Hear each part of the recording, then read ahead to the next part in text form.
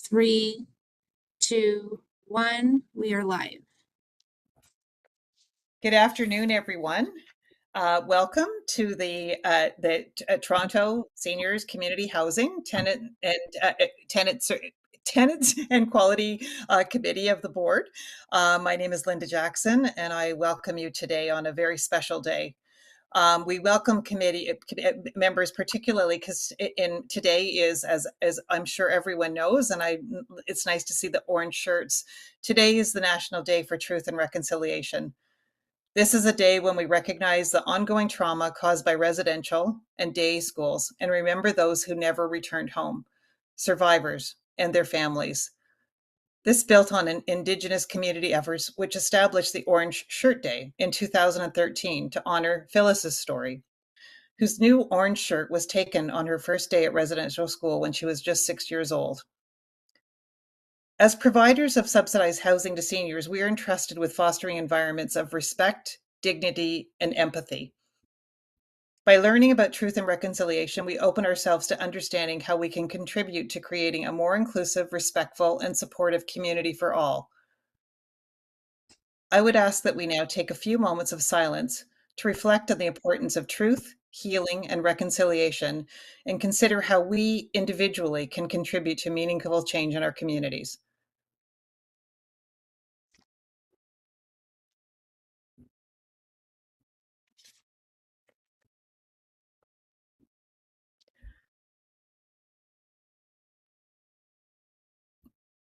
Thank you.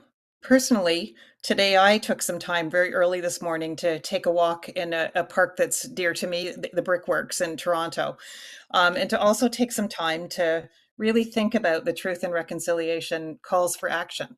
I was looking particularly this morning to think about what are the calls for actions for us, and I reflected that number 57 is directed specifically to public servants that will call upon federal, provincial, territorial, and municipal governments to provide education to public servants on the history of Aboriginal peoples, including the history and legacy of residential schools, the United Nations Declaration on the Rights of Indigenous Peoples, treaties and Aboriginal rights, Indigenous law, and Aboriginal Crown relations. This will require, and I know that we're committed to this, skills-based training in intercultural competencies, conflict resolution, human rights, and anti-racism. And I thank the team for making sure that this actually is a priority.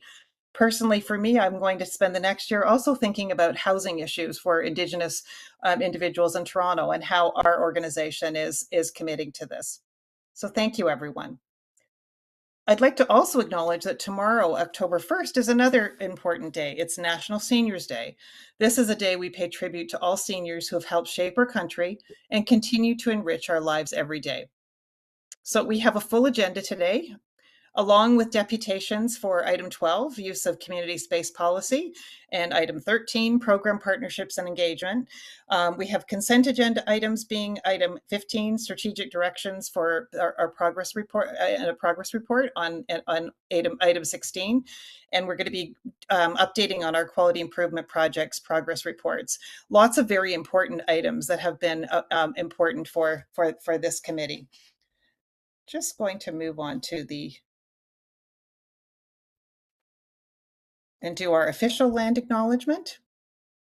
Oh, before we do that, I do want to make one other acknowledgement, and that is actually that we, unfortunately, one of our members of this committee needed to step down. And I wanted to actually particularly thank Maureen Closey, who has been a very, very valued member of this committee. And actually, even before she came onto this committee, she was actually somebody who regularly provided deputations and insights as this organization was developing. And on behalf of all the committee and the board members, I'd like to thank Maureen and tell her how much we'll miss her. I have a feeling that we'll hear her voice in some ways, and I would encourage that. So thank you, Maureen. So now I just would like to actually state the land acknowledgement, Toronto Senior, and really think about this in terms of on this particular day. Toronto Seniors Housing acknowledges that we are on the traditional territory of many nations, including the Mississaugas of the Credit, the Anishinaabe, the Chippewa, and the Haudenosaunee, and the Wendat peoples, and is now home to many diverse First Nations, Inuit, and Métis people. We also acknowledge that Toronto is covered by Treaty 13, signed with the Mississaugas of the Credit, and the Williams Treaties, signed with multiple Mississaugas and Chippewa bands. We would also acknowledge our African ancestral acknowledgement. Toronto Seniors Housing acknowledges that all treaty people, including those who came here as settlers, as migrants, either in this generation or in generations past, and those who came here involuntarily, particularly those who brought to these lands as a result of the transatlantic slave trade and slavery. We pay tribute to those ancestors of African origin and descent. We will now proceed to item 3, approval of the public agenda. Are there any amendments to the agenda?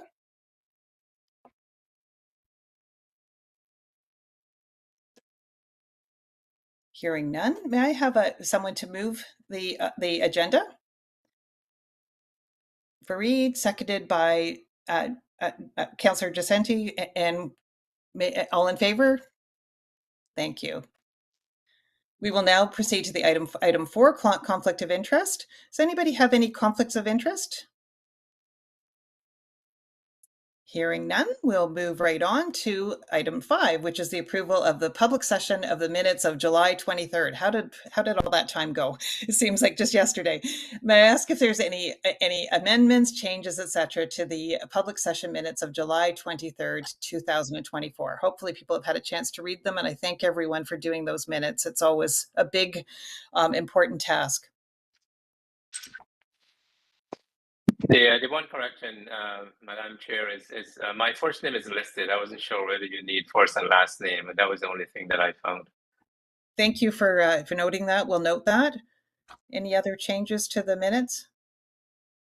All right. Otherwise, then, can I ask somebody to move the minutes of July 23rd, 2024? And I'm going to be probably going to Jim and Fareed because I think as official committee members, I'll probably be pulling on you. So Jim, could you move that? And second, Fareed. Terrific. All in favor? Thank you. All right, we'll now proceed to the action item reviews, and it's always nice to see an action item review list that has things that have been followed up on. But any questions about the actions?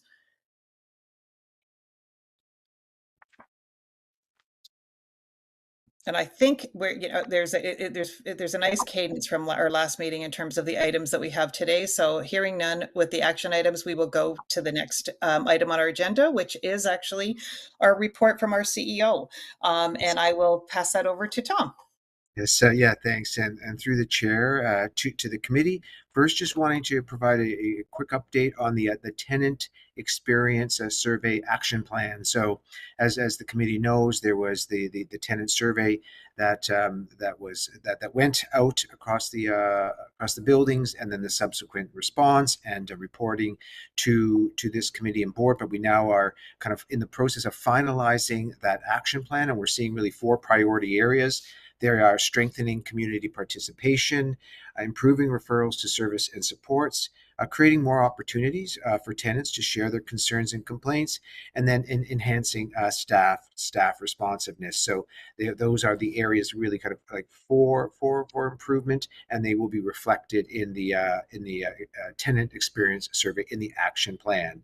And the work is underway, and to inform this plan, there have been several staff and tenants having the opportunity to engage and providing their input to the plan. So certainly looking forward to that coming forward.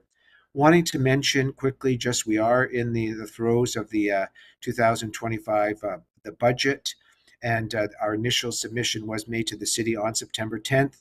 And this process will continue through the fall, together with the city and TCHC,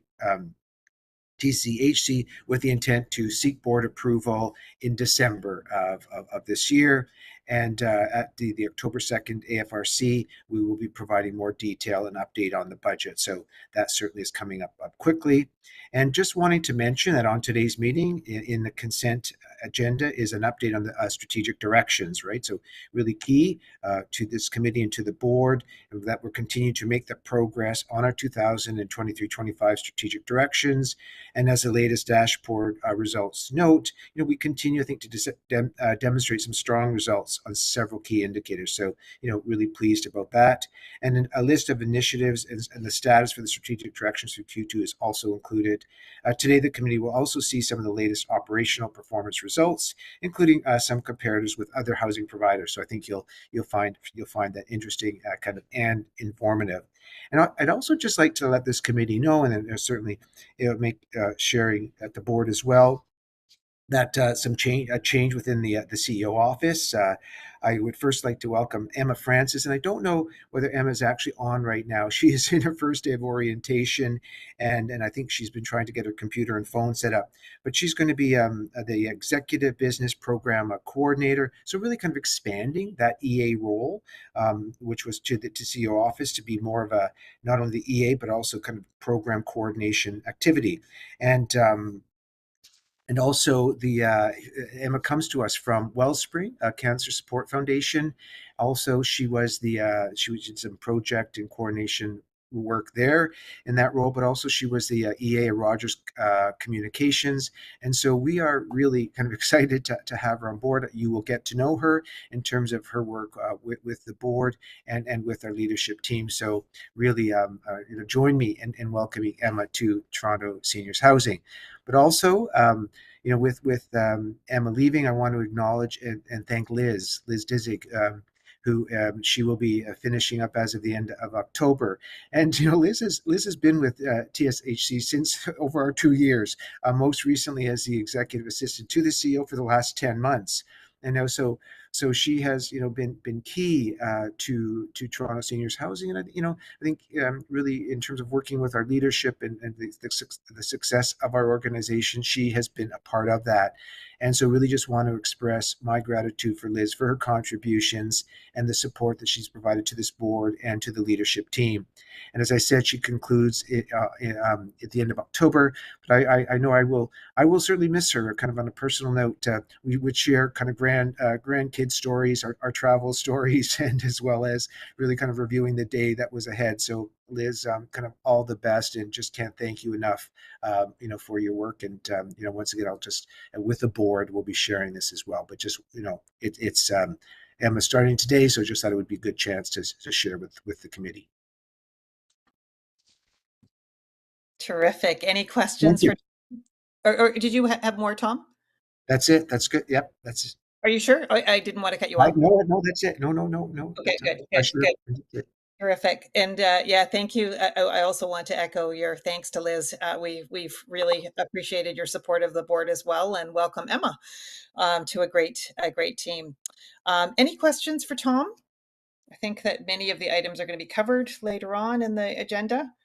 And I will say it later, but thank you for the follow-up on that. Was an interesting request from the board in terms of looking at comparisons to other seniors housing corporations. So thank you for that. An interesting report. So thank you.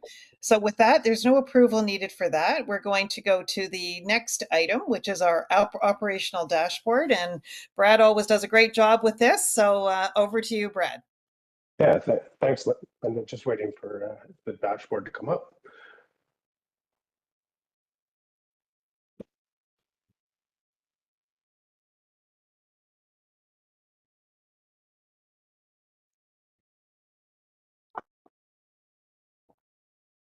Sorry, Brad.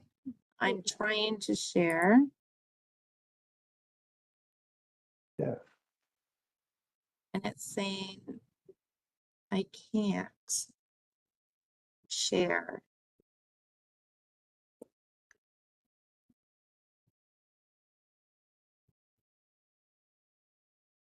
Probably that change in hosts, right? Right.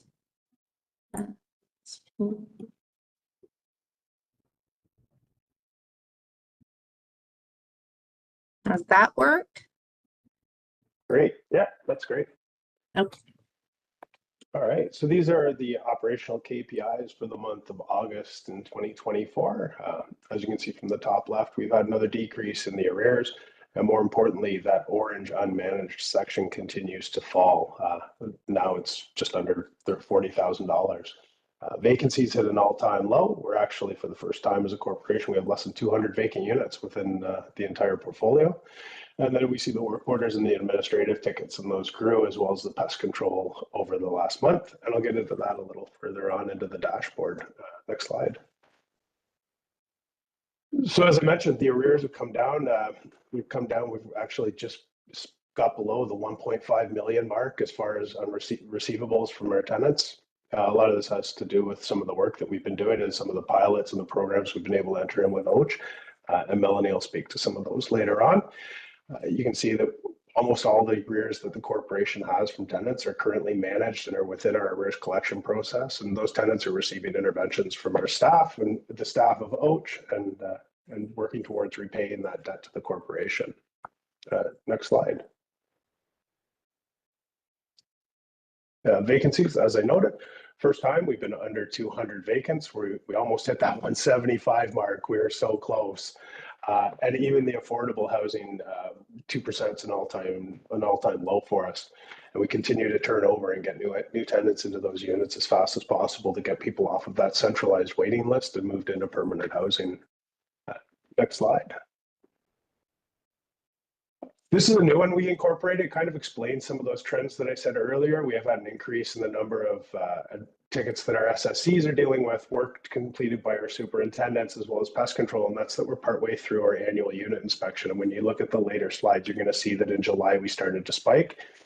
And just to kind of let people know how that's been going, the superintendents and that we've kind of broken it down by how many work orders and things that they've created.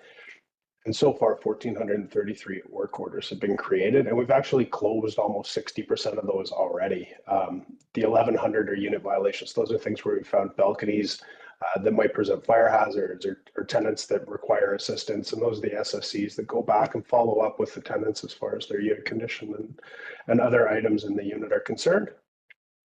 Next slide. Like I said, there's a large jump in the number of work orders that our staff have received and completed over the month. We've still been able to kind of maintain that 90% plus completion rate within 2 days, even with that bump. And it corresponds to that July start date of our annual unit inspections. And this is just work that wasn't reported by the tenants, but as we get into the units, we see things that need to be dealt with to prevent further damage, and we action it accordingly. Next slide. This is the administrative requests, and as I mentioned, a lot of it relates to the unit condition. You can see that over 58% of these tickets are assigned to the SSCs, which are the frontline tenant-facing role that are in the buildings to support tenants throughout the process. Next slide.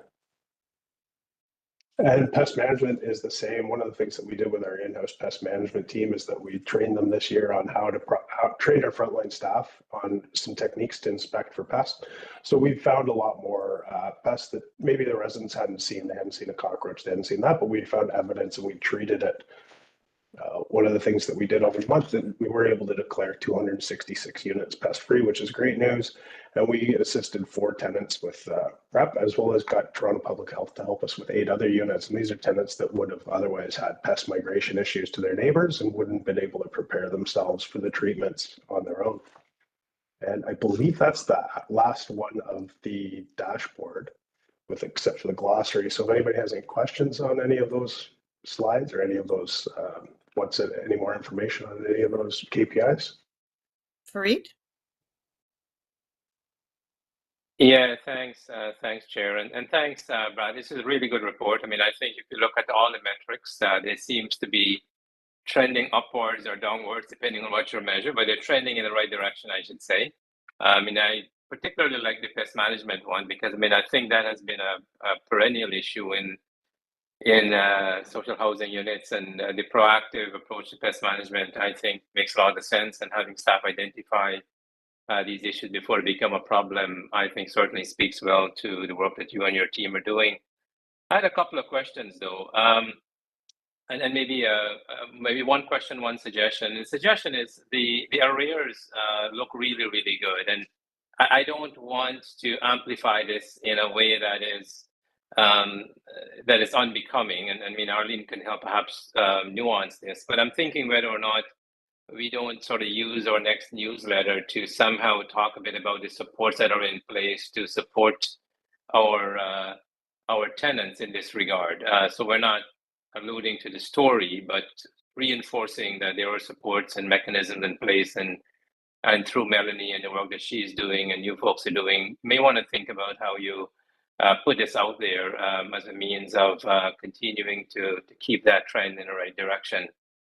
The one question I had to do with the annual inspection, and I wasn't sure how to read it because I didn't know what we're benchmarking against. So the trend, it's going up, and I don't know. I mean, I'm looking for some advice on I guess one is to better understand the numbers, and then to get some sense from you and the rest of the team on whether or not the this is a good thing or a bad thing, right? Because I'm not sure how to benchmark it or how to read it. The fact that it's going up, is it because people are becoming more aware and reporting these things? Are we more proactive in inspection? You know, so maybe you can help me understand a bit better the metrics on that. Yeah, sure. Great Statements and great question. And through the chair. So these inspection results are strictly for the year 2024, and we're only 66% through that process at the time that the report was written. So one of the things that we're going to do is once all the inspections are completed, we're going to go back and compare this against last year's results. Okay. Because what we want to see is, hopefully we want to see actually a downward trend in the number that are created, right? We know our seniors are generally fearful of losing their housing. We know that they're fearful of complaining about things. And we're hoping that we're getting the message out there that it's okay to advocate for yourself in your home in order to have it put into the state that you wanted and needed and to live in, right? So once the inspections are completed, okay, we'll circle back and close out the report and have a comparison from the previous year's report. Thanks, Chair. Thanks. Just to build on that, I had a quick question about how much notice do our tenants get of the annual inspection? Because I know that it is actually, for any of us, actually, if somebody shows up at your door, I know it's a bit of, and I know you give them time, but could you just comment on that, Brad? Yeah, so through the chair, generally, legally, we're required to give 48 hours notice. When it comes to the annual unit inspection, we try and give 4 days notice. We also work with Arlene and her team to go on a bit of a communications blitz to put posters up within the building and the community, letting tenants know that the annual unit inspection process is going to happen. Our residents that have been long-term residents are fully aware of it. And we also talk about why we're going into the units, that this is a legal requirement, that we're coming in to inspect life safety things and things such as that. So we both not only deliver the notice at the door, but we also post information in the building to help tenants understand the annual unit inspection process and why we undertake it. Thank you. Any other questions? And I agree that the report is great. I was very pleased with the low number of vacant units, particularly during these times where housing is such a precious commodity. Brenda? Hi, can you hear me? Yep, go ahead. Thanks. It was just a question, and I don't know if this is the place or elsewhere. Just correct me if I'm wrong. There was mention about bringing the pest inspection, pest management in-house. And I assume that means in-house meaning TSHC or in-house meaning our own staff doing it. I don't know who can. Brad, do you want to comment on that? Yeah. Or Grant? Yeah. However. Yeah, sure, through the chair. So pest management, the inspections of it are done by our staff, or done by TSHC staff. And last year, we reallocated some headcount within the operations team to hire 4 pest inspectors who deal with the more highly infested units, or the complex units, or ones that require Toronto Public Health intervention and things such as that. We rely on TCHC through the agreement with the corporation over there. to deliver the actual treatments. So when it Right. comes to actually putting down pesticide and the application of pesticide, it's done by a Toronto community housing vendor. One of the Right. things that we were waiting on in order to do some more pilots, like the full building clean out that we did last year, and things such as that, where we were waiting for a new vendor from Toronto Community Housing. That new vendor was actually onboarded during the month of September, and we now have 2 new vendors that we're starting to work with. And our in-house pest supervisor, Ryan, has met with the vendor and laid out expectations. So while we do the inspections ourselves, we do not do the actual application of the pesticides. There's lots of Yes, insurance, and there's things with Environment Canada that I we would have to understand, I go through to understand. do something So like that. did I misread that when it said in-house? It didn't mean we would have our own vendors. Correct. What did it mean? It meant in-house just for what, inspections? Our in-house pest management team. In-house, okay, okay. Because So I they- either misread that because I thought it might have been looking at having our own control over our own vendors, et cetera, et cetera. But that's not, and I red flagged it because I know we have this agreement with Toronto Community Housing for those services, so. Okay, that was it. Thank you. And thank you for the hiring of extra people because I think that's a really important step. Great, thank you. Any other questions? Let's keep up that. Yeah, go ahead, Councillor. Thank you, Linda. I had my hand up. I'm not sure if you're seeing it, Linda, because I Sorry, think, now I am. yeah, Jim's got his hand up as well, so I don't know who was first and who's second. Why don't you go ahead and then I'll get to Jim. Sorry, I didn't see the hand signal, so go ahead. No worries. Yeah, so that's good. So thanks so much, Brad. Yeah, a great presentation. Clearly, we've seen this before. I got a couple of questions in a couple of areas. First of all, the arrears. I noted that June, July, August, the arrears have been declining, been going down. Any indication of where we stand in September? Is it continuing? Is that trend continuing? Are we flatlining or going the other direction? Any clue at this point? Because I know we're just at the last day of the month. So. Thanks, Councillor, and through the chair. I'm so eager to run the arrears report tomorrow morning and see how it looks and get the data myself. I cannot wait. I am hoping it went down. It should have gone down. When Melanie gives her presentation, she's going to talk about some of the things that we've worked together on to do that. Melanie and I actually connected today, and we all know that fast intervention is key to reducing arrears, and her team forwarded me a report last week where the arrears were actually only $40 over 1 month's worth of housing charge, and the team was able to get them to OACH to have it resolved. So hoping to see positive trends, and I'll find out tomorrow morning about 10:30. Oh, good. All right, that's great. So look forward to seeing that as well. Out of the close to $1.5 million, can you maybe break down what is that made up of? Like how many individuals are making up this total arrears, and what are some of the issues they're facing, and what more can we do to help them get out of the arrears? Yeah, thanks for the question. So that total dollar figure is made up of 527 households. There's a chart just on the side, and we provide the numbers. So when you're comparing our overall portfolio of 12,500 tenancies, and you're talking about 527 households that are in arrears, that's a really phenomenal number. Like the number of tenants that actually aren't on top of their housing charge is really, really low right now. There were a bunch of mitigating factors that we're working on. There were some people that got into financial trouble and declared bankruptcy, and we're trying to get that off of the books. There are people that they really don't understand the implications when it comes to the annual rent review, and we're working on some communications to help that.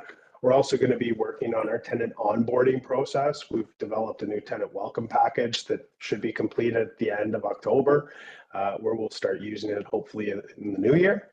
That'll inform tenants about the help that's available to them if they fall into arrears, and that it's really, we're there to help them. The staff have a say, we're Toronto Seniors Housing, not Toronto Seniors Eviction. So we need to make sure that we do all we can to keep people housed and keep them in their homes. Okay.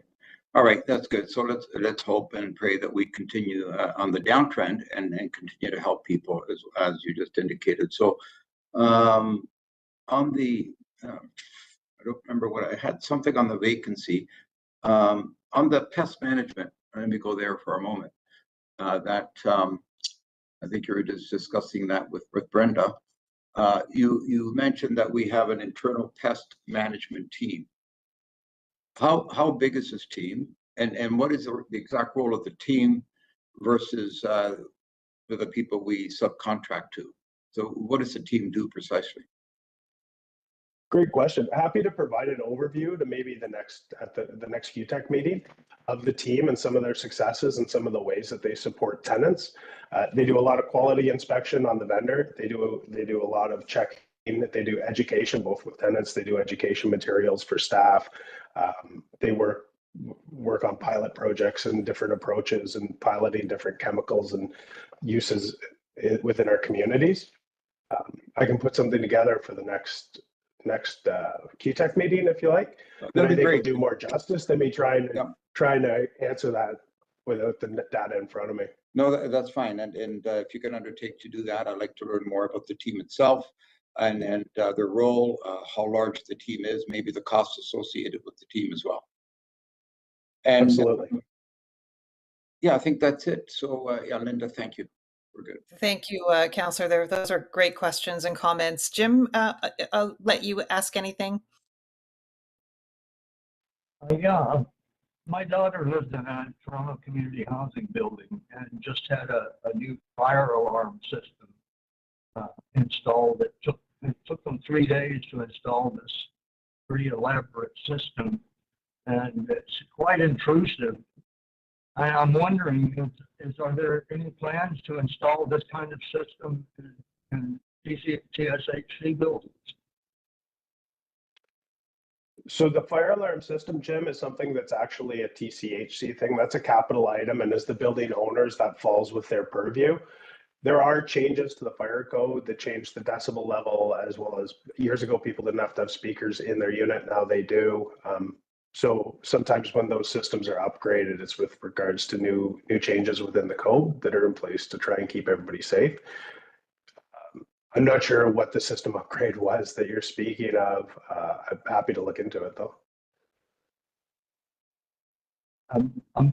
She said that they installed a speaker system throughout her apartment, like in every bedroom, living room, with some kind of strobe light comes on if there is a fire in the living room. And she says it's going to set off her seizures. She has epilepsy, and so do I. So I was a little concerned when I heard that, if we're going to have those installed. And so I guess that may be coming our way.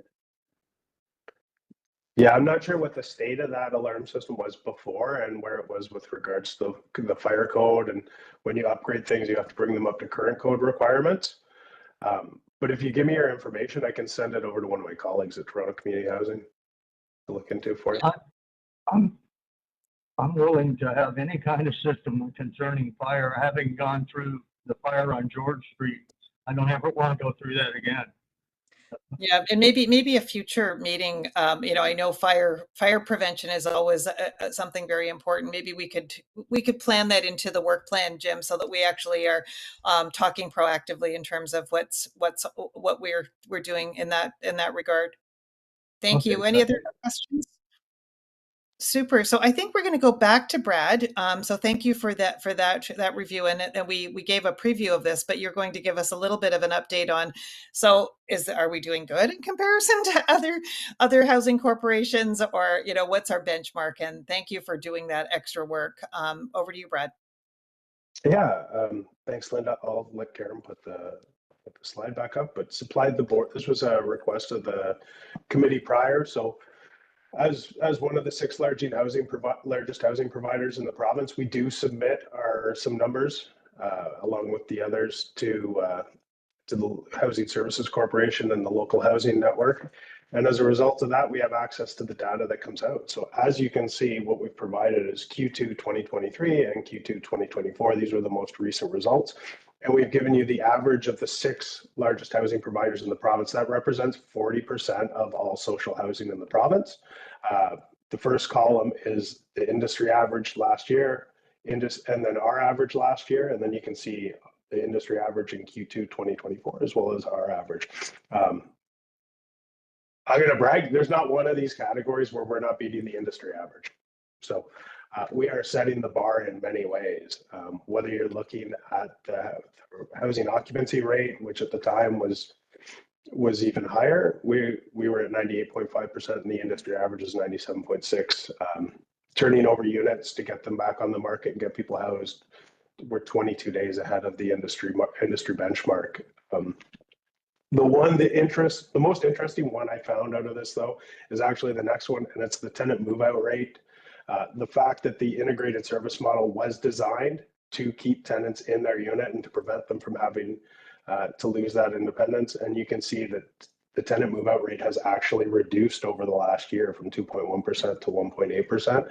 And I think that we can start looking at that as an indicator of the success of the integrated service model, that we're able to support tenants in their homes and able to keep them housed longer. Sorry, fighting a cold. Any questions? Happy to note them. Again, we talk about the quick intervention and the work that we do with OACH, and you can see that over the last year, we've actually brought our average arrears from 1,300 down to 1,200, and that exceeds the work that the other corporations have been able to do, and the industry average is over 1,500 per unit. So these are just some of the markers that we supply to the local housing corporations in order to formulate and look at trends across the housing sector in Ontario. Yeah, that's terrific. Thank you for sharing that. Interesting insights, Brenda.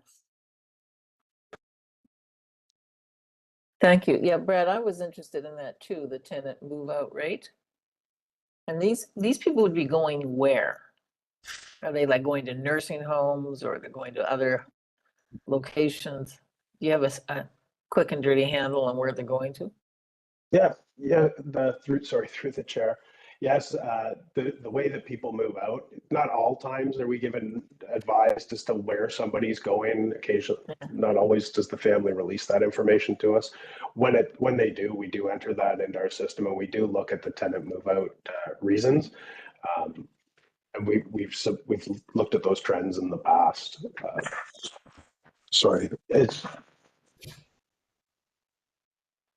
We haven't been able to really make any determinations as to the reasons why people move out, but we have seen that number go down, so we're counting that as a success. If I could suggest that you look at that, particularly the piece about, and I've experienced this with my sister's apartment, the people moving out are people who typically can't manage with the limited home care that they're getting. Okay. And so they end up going to nursing homes. If we could track that one, because it almost is in a sense of failure. It's a failure of the community support systems to bring enough services in. And the second point in relation to that is, and there's no need for you to answer this definitively right now, but just I've always been very concerned about our relationship with Ministry of Health and the amount of home care that our tenants can get access to. And my experience has been, if there's no home care, then there's no aging in place. Okay, so if you're not going to get personal care services increased in our locations, then aging in place is just a nice theory, but it's only really practicable when you've got the home care component playing a significant role. So I just want to highlight those points, and as a sign of success or failure, and a sign of success and failure of our wraparound supports and services. Thanks, Brenda. And I think it's good timing in terms of we are going to have some, an update from Arlene around to the report to the city, and some of the things that are within our control and outside of our control. I personally, as somebody who has worked with seniors for a long time, thought that number was pretty impressive in terms of there are sometimes situations where people actually cannot manage independently, and we're not supportive housing. So it's a really interesting comment. Any other questions or comments, and just appreciation, Tom? Great. Yeah, through the chair. I want to add just a bit more context around this, the group that we are being compared to. And it is they are other local housing corporations, so that they are the same type of organization. And I have sat on the for the past probably many years, because from City Housing Hamilton here to Toronto, with the CEO group that really formulated these and I guess led the creation of these indicators. It took years to get alignment across these corporations on these indicators, and so I just want to share with I think there is a high degree of validity and reliability with this information, because the definitions are really well understood by the organizations, and this information is vetted quarterly. So I just want to, I think and that's why we brought it forward at this point in time, really feeling confident about kind of where we stand against other organizations, and where we want to continue to focus our efforts. Thanks. Thanks, Tom. And I think the board would find this, interesting to keep an eye of. It's nice to sort of see that, we want to stay where we are. And it does sometimes identify issues that are happening around us when we see changes, right? So thank you very much for pulling that together. Any other comments or questions? Terrific. So thank you again. And, maybe we'll talk, Brad, about how frequent, maybe twice a year or something, we could add this into our dashboard just to sort of see, or particularly if you are seeing any changes in where we're sitting, that would be great as an indicator for us as well.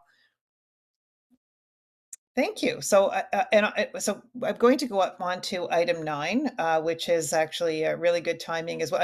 At item 10, sorry, we're going to go on to the OACH biannual report. Just reminding people that we have moved to OACH reporting biannually, and I think it's really good time. And I think that Melanie should be able to answer some of the questions that you raised today as well, Councillor Crisanti, in terms of supports that are there for people.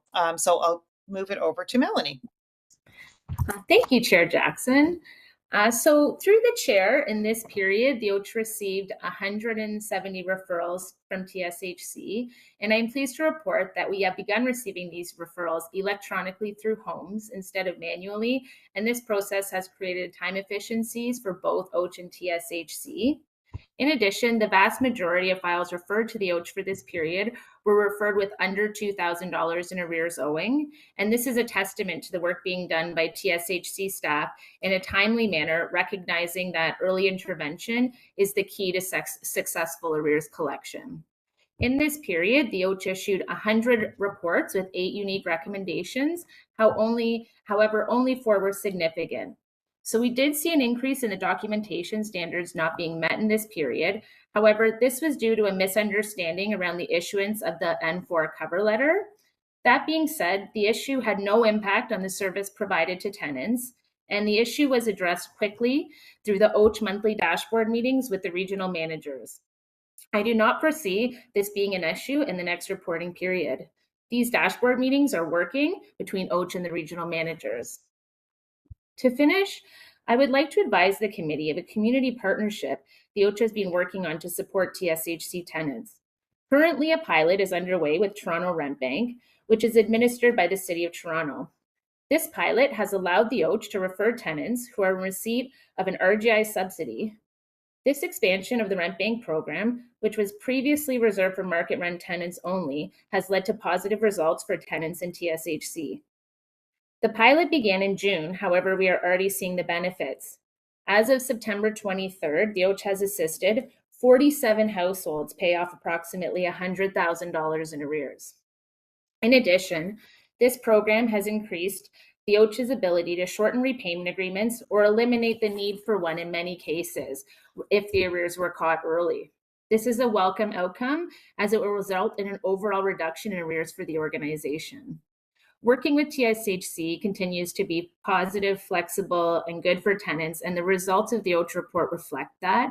And I look forward to taking any questions and explaining the new partnerships more in detail for you. Thank you. It's terrific that you were able to negotiate that. I know that we had asked about that several years ago, and that wasn't possible. So I have a feeling this was a lot of work. Do other people have questions to Melanie around this or other items, Brenda? Yeah, thank you. Just a follow-up question on the Rent Bank program. My experience in the past is often so many people didn't qualify for it. So I'm so thrilled to see this. So are these folks who are qualifying for rent bank, are there tenants in our buildings? Do they have to show employment income, or is their pension income sufficient to show as income? Thank you. So through the chair, yes. So this program is designed for RGI tenants, and they're actually trying to make it very simple for tenants to qualify. All they need to show is their last 2 months bank statements and their notice of assessment. So if they provide their bank statement showing their income going in, that's the documentation that they need to qualify. And there is a service agreement that they sign, like the EROs work with them to sign, and they do an assessment to guarantee that the tenancy is sustainable longer term. So they show, and these are rent geared income folks. Okay. Yeah, I think the thought is through the chair is that when we're assessing someone's eligibility for RGI, there's already a very stringent financial assessment done Yes. in them. Yes. So that's why they know if OACH is putting them through and they're coming from the TSHC or TCHC corporations, that's already being completed. So they're trying to make it as Simpler. easy to get into the program as possible. So the arrears that have accrued, they're then asked if their arrears are paid off by the rent bank.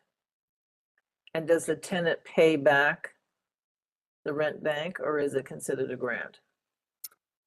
Thank you. So through the chair, it's now a grant. So it's a grant, Okay. and currently how it is they calculate it as 4 months of rent or a $5,000 maximum. So, and they might be changing that criteria. It hasn't gone through yet, so I can't say too much to make it even better. But for right now, that's the parameters of the program. So it's really, we're seeing great results because TSHC gets us the arrears cases when most people are 4 months or less in rent anyway. So it's helping us eliminate those arrears.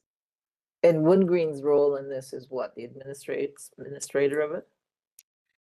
Through the chair, no. So Wood Green is separate. So we also have a partnership with Wood Green, but that's related to supporting tenants to file their income tax Their or income access tax. their notice of assessment. Yes, it's Right. a fast tax link program. So it's allowed Yes. OACH to have a direct line. Wood Green, we just get a consent form signed, and it allows tenants to access either quick tax filing or access to their notice of assessment within a few days. Oh, that's great. I used to do volunteer taxes for that program, so that's great. I'm glad to see that. It's quite creative. Someone's worked hard on this, I know. So whoever it is, thank you, whether yourself or other people, because this is, I can remember this issue for years, and Rent Bank was very rigid. And who administers Rent Bank? Is that now a city program, or is that still an NGO who's running it? The city. I think you, so through the chair, it's Okay. the City of Toronto, yeah, and it's run through Neighborhood Information Post. I can tell the committee, we just we got approved a pilot where actually OACH staff, so the early resolution officers, are going to have a direct line to Rent Bank. So they'll be able to submit the applications, kind of like an access center. So and then they'll go for approval. So we won't have to just go through Neighborhood Information Post and go through letting them put in the applications. We can do it directly. Okay, thank you very much. This is great. I'm glad to hear this. Yeah, Thank you very much, Melanie. Any other questions? I think that this was a lot of work, and that's great. I did note your comments about the proactive work that's happening on the TSHC side, that less is going to you prematurely, which is great. Actually, I was glad to see that as well, because I think that we want to actually utilize your resources when they're really needed, and not for very small amounts that could be sort of sorted at the local level. I was impressed by that. Yeah, you want me to comment, Linda? I can. Yeah, sure. Yeah, so through the chair, yeah. So we started that sent back process, and we did send back 57 cases this period. That's not very many, but the great thing is only 12 came back to OACH. So that means that the other 45 cases, TSHC staff were able to really work on themselves and resolve without people needing to use their chance to come to OACH or that opportunity. So I think staff are really they're experts at resolving the arrears as well. And it's really OACH, we're seeing the most difficult cases that are coming, which is how we're supposed to be utilized. That's great. Any other questions, comments? anything you need from us, Melanie, you're such an important resource. And, this OACH was set up to actually prevent seniors in particular from being evicted. And if there's anything that the board or this committee can do for you, any you need, let us know. Thank you. So through the chair, I appreciate that. And I think everything is working great. I have a great relationship with Brad, and he's always open whenever we have a issue that comes up, which is not often. We are able to address it. And I think especially now we have these monthly dashboard meetings, and I think they're really useful because if we have anything that comes up, we can deal with it in real time rather than waiting for it to come to the board to become an issue, so we can mitigate anything like that happening. And nothing is really a surprise anymore, which I think is great. Terrific. So any other questions, comments?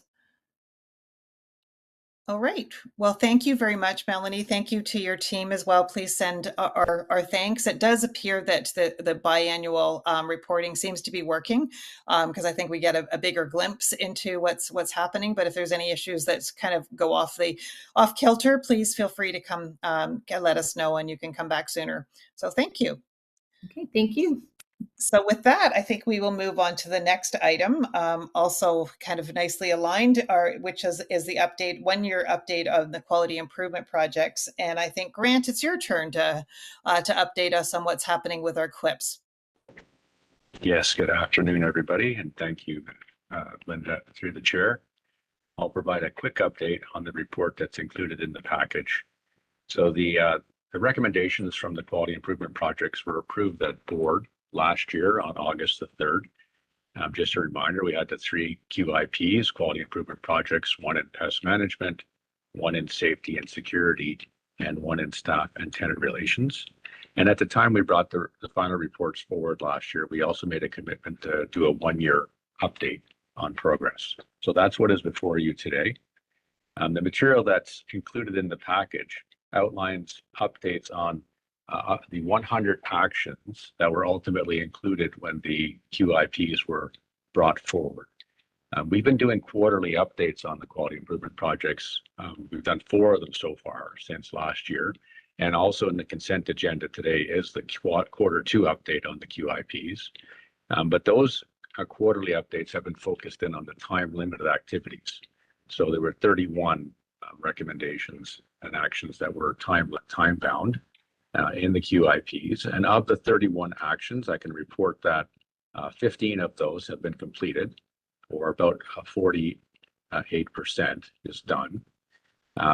We are on target to complete 74% by the end of this quarter, Q3, so right about now. And we're gathering those updates now, and then 90% by the end of the year. So we've made pretty good progress on the QIPs, but still some to be done. In the report before you, in the staff report, we highlight some of the summary achievements, and you've heard a bit about some of them in today's meeting already, for example, around pest management. And Brad did go over some of those when he was speaking to the dashboard. There are also some updates around the safety and security and staff and tenant relations. So some of the activities on safety and security, for example, including work with the community safety unit, having additional community safety advisors assigned to TSHC's portfolio by the community safety unit, a commitment to complete more safety audits of buildings, a commitment, and actually we do have this now, to have security camera footage reinstated for our staff, the buildings, and there are still things ongoing there. We're working with the CSU now on several things. On the staff and tenant relations front, building town halls were introduced in 2023 to help tenants learn about how they can get support in their buildings, and an opportunity to share ideas and information with each other and with staff.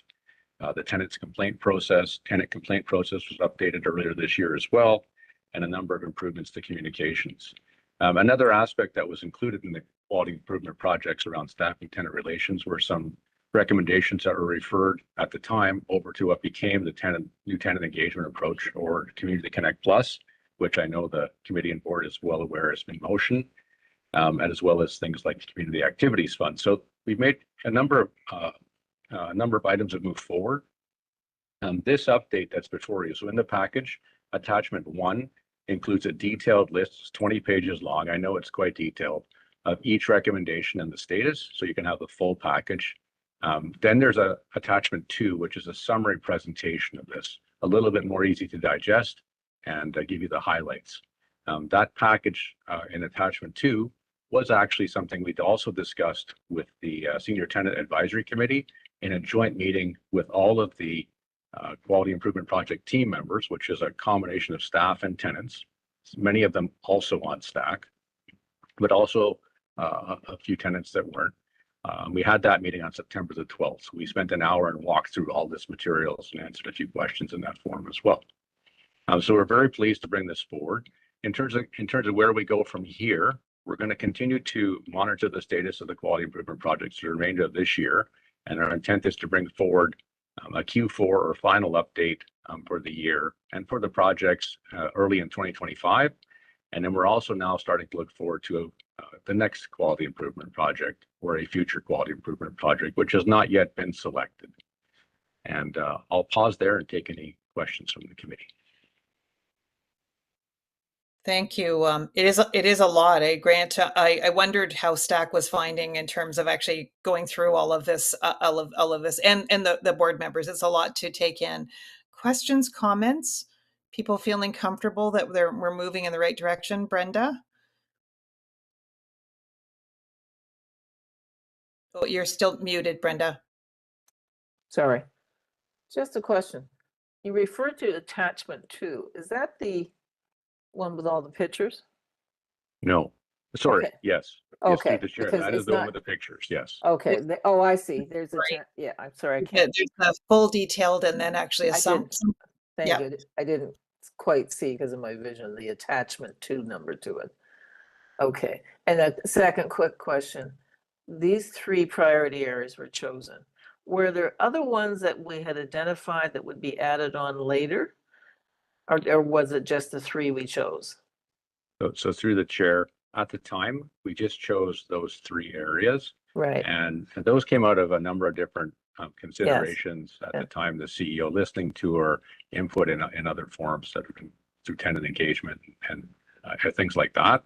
Going forward, we haven't yet selected the future, but when we look Okay. at things like, for example, the tenant experience survey action plan, there may be something coming out of that, for example, that will give us some consideration around a future QIP. And we can also look at some of the other KPIs, for example, in areas we might want to do a bit more of a further detailed review, similar to how we went through last year. Okay, so we haven't identified as of yet any additional ones. We have not. Okay, that's fine. Thank you very much. Any other questions, Jim, Councillor? All right, thank you. It's a lot. And was there anything more substantial from Sorry, there Stack? was. Oh, sorry. Go ahead, Councillor. Yeah, I have 2 pages open. Thank you. I Go ahead. a little slow at unmuting myself, and also my laptop decided to restart, and I never touched it, so I don't know what happened. Go figure, right? I think I just wanted to Grant just chat a bit about safety and security. Trying to understand what I'm reading in the report. Where was it here? It's something about 26%. Here it is. With 2 community safety advisors, we anticipate safety audits to be completed on 26% of buildings managed in 2024. The community safety advisors, is that a new role to Toronto seniors, or have they been around? So through the chair, the community safety advisors are actually a role provided by Toronto Community Housing under the community safety unit and the services they provide for TSHC. Yeah. So it's not a new role per se. However, they did add additional staff in that role. Prior to the quality improvement project, there was 1 community safety advisor for all 83 buildings, and now we have 2. So they've doubled their allocation to us on that. And as well, the 26% you reference is roughly a quarter of our buildings, which is an improvement on where they were previously in a number of buildings they're able to get to every year for safety audits. So that was a bit of the discussion at the Senior Tenant Advisory Committee. I know, Linda, you're interested in that. A little bit around that and getting into more detail around how those audits how tenants can be engaged in those audits Yeah. in an effective way. So I gather they're not gifting this to us. We're paying for those two people, right? It is embedded in the overall cost for the community safety unit. That's part of our cost allocation with Toronto Community Housing. So yes, it is. We are paying for it. We're paying for the two. Now, the last point here, it says that at the end of May 24, limited building staff's ability to review security camera footage was reinstated. I'm not sure what you mean by that. I mean, security, first of all, are all security cameras on all buildings 100% operational? I mean, that's critical. I can't tell you the number of incidents I've had locally in my own Toronto community housing units and seniors and so on, where there's an incident and then the police go to get footage and they tell me, and they call me saying, we can't get footage because the camera was out or the footage or it wasn't operating. So I think that's a very important part of it. If we're going to have cameras, then we got to make sure we test them on a very regular basis. So through the chair, the security cameras are also managed by Toronto Community Housing. So that's part of the facilities management and community safety unit service to us as well. Mm-hmm. There had been a period of time after transition where TSHC site staff lost their access to the cameras due to some system issues with regards to that system. That was reinstated earlier this year. And so we now have access, so the site staff can go in and look at the cameras again. Part of the role of the site staff, and maybe Brad, if you're there, if you want to go a little deeper on it, is to actually check that the cameras are working, so that if there's an issue with a camera, we can report it to Toronto Community Housing to have it fixed and repaired under a work order. So that is something that we do. It is their responsibility to keep the cameras working. So when you say we have access to download footage if we need to cooperate with an investigation? I'm going to ask Brad to, thank you, Brad. Yeah. Okay. Yeah, Brad. Go ahead. Yeah, great question, Councillor, through the chair. Our staff do not have access to download the footage. The footage is the property of Toronto Community Housing. What our staff can do is they can view the cameras. All of our 416 staff perform daily camera checks. They check all the cameras within their community every day to make sure those cameras are working and operational, and you can see a clear picture, and they report ones that aren't to Toronto Community Housing for repair or replacement. Our supervisors and our managers can view historical footage as long as up to 14 days for most of the cameras. When it comes to downloading, though, we do make our requests through the community safety unit, and we have the ability for them to download the footage, put it on a cloud drive, and then our staff can access it if required. And Brad, do you know if we our do not cameras provide are it directly? okay? Do you know if they're high definition cameras? I mean, we upgraded all our security cameras across all our 83 buildings.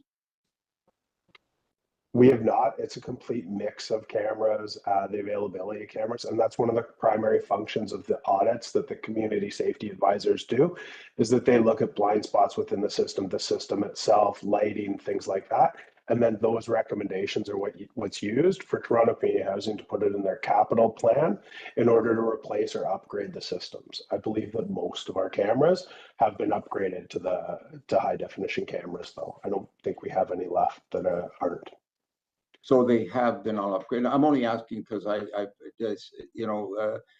officers who have downloaded footage, I've had issues at times identifying, and they say, well, we could have gotten the license plate number or whatever, or we could have gotten more information if it was a high definition camera, that the camera was a little blurry, we couldn't see much distance, or or it wasn't a 360-degree type of camera. It only picked up certain angles. So those are the things I think we need to be certain that we've upgraded our cameras so they're working at capacity.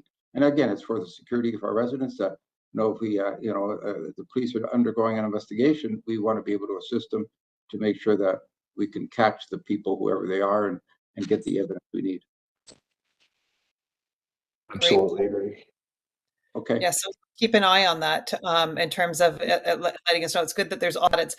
One more question, and then we do have 3 pretty dense presentations coming up. So, Brenda, your question, and then on. Go ahead, Brenda. We can't hear you. Very quickly, how are we defining safety? Does safety include obviously physical perimeter inspections, but what other areas of safety are under the rubric of safety?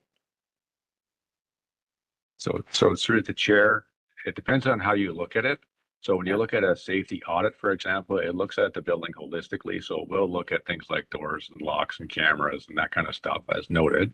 But it also looks at sort of different factors and data in the community, what's happening in that community, incidents, programming in the community, Okay. things that are available, and other partners that are in the community. So it is looked at more broadly. And I think holistically, we are looking at it more than just locks and cameras.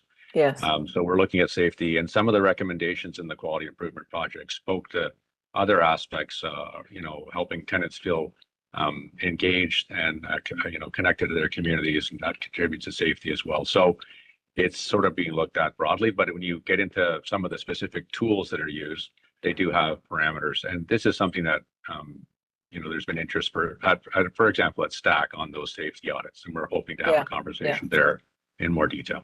And could I just add as a suggestion that safety should include the issue of tenant relations and misrelations, so to speak?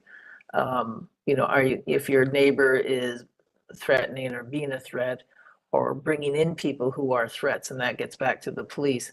My experience has been the police often throw their hands up and say, well, we can't do anything, right? But the safety element and feeling safe is still not resolved. So if I could suggest to whoever, your folks or the committee, that safety be expanded to look at the issue of tenant relations, and are they bringing drugs in through their friends? Are they letting their friends in, et cetera, et cetera. I'd like to add that as a terms of definition of safety, because I think that's going to be an increasing one going forward. Thank you. Thanks, Brenda. And we did see some of that reporting in the tenant survey that does actually speak to how safe people feel in the buildings and stuff like that. But it's a good point. Yes. That's exactly my point. Yeah, that's great. So with the permission of the committee, I think we'll move on to the next item. We have a few important items coming up. Our use of community space policy. We do have a deputation, but Bill Lohman has asked if he does the deputation after the presentation. So we're in agreement with that, and we'll let Arlene, I think, take this one on. An important agenda item from day one of this committee.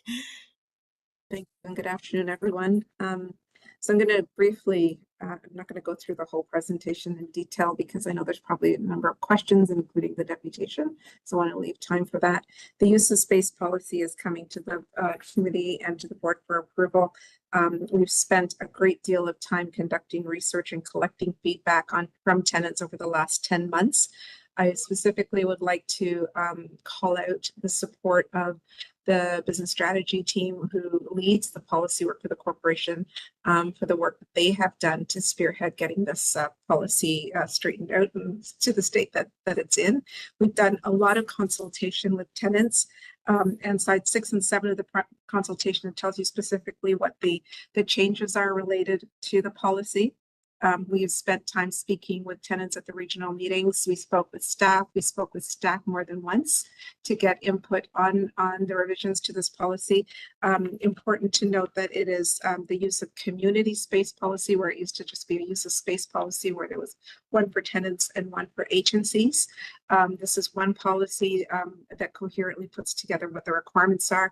And on slide 10, excuse me, you will see a bit of a chart that outlines the relevant fees and anything associated with making use of space, whether it's for private event or for an event available to all tenants.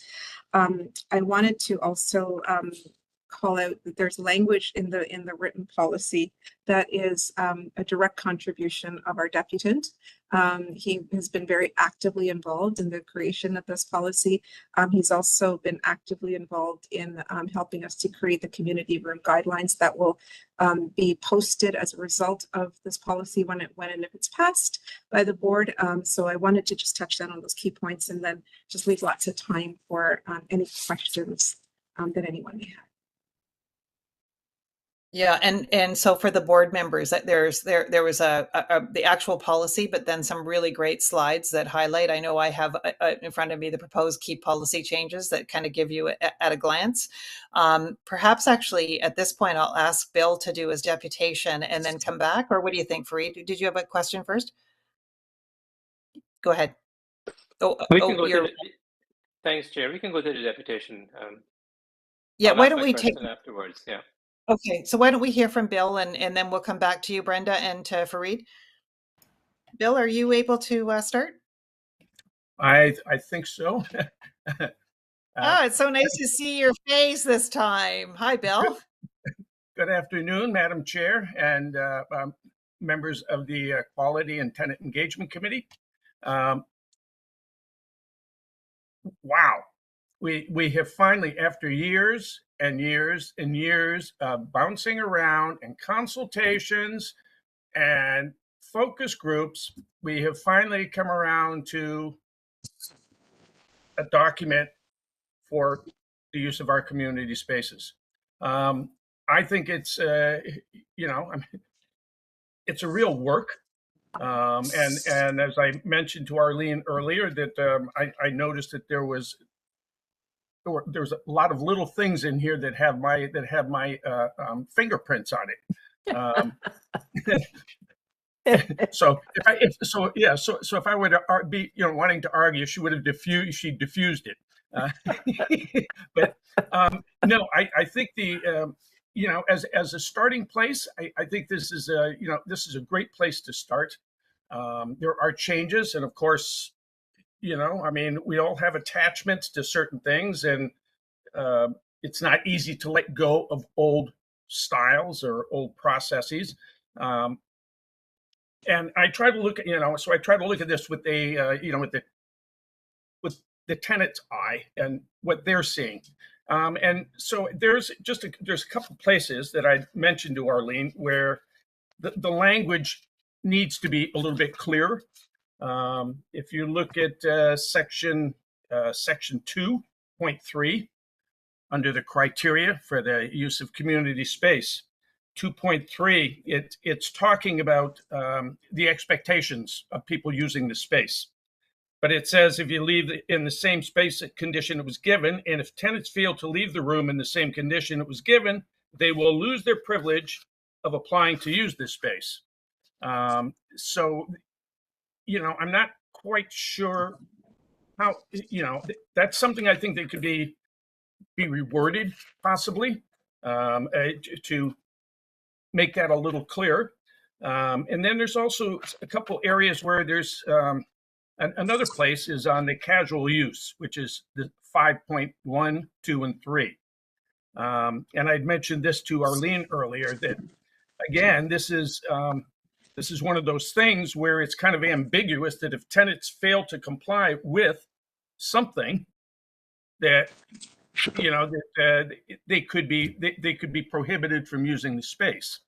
And I think because it's not clear about what is actually required or what process would be taking place to remove that person. It's something, and I think Arlene came up with the word weaponized. If tenants could group together and weaponize that statement to try to push somebody out of the building, or a staff person, God forbid, a staff person, having an angst or an issue with somebody and using the vagueness of something written here to push an agenda. So these are just a couple things that I think require a little bit of clarity. And then finally here, where it's section 5, where it talks about casual use. It says that tenants casual use will not be subject to a deposit to occupy this space, and they may not be required to purchase separate insurance unless otherwise stated. And so there too is it draws out the ambiguities about what this actually means and how does it apply. So I think that that there is conversation and about creating some sort of a structure to address these things, and especially when it comes to the insurance, because there was actually, I forget where I put it, but there was a very simple sheet at the end of the presentation that is just a box. It says if you're casual use, well, there's no insurance. If you're this, well, there's insurance here, but if it's this, not. And it's quite simple and understandable to see. And so that's much simpler to understand than how things were written in here. So. Thank you, Bill. We really thank you. Thank you for your input into this this labor of love, and also for your ongoing comments. I now will go back to Fareed and then Brenda for additional comments. And if Jim has any questions too, it sounds like these are things that could be addressed. Arlene, Bill's comments. I did wonder about the insurance and how Yes. feasible that is for people. So, but maybe I'll put it over to Fareed and Brenda first. Fareed? Yeah, thanks, Madam Chair. I mean, I think this is a really good start, and I mean, I think it's also great to hear that people like Bill and others have worked extensively on it, and they are aligned with many of the recommendations in here. My comments actually are a bit of an extension of some of the comments made by Bill, and the first one had to do with education and awareness. So, if we're going to impose, and those are my words, any kind of prohibition on future uses or restrict future uses, I think we got to make it clear to tenants what the requirements are, right? So that and what the consequences are. I'm in full support of consequences because I think it makes a lot of sense.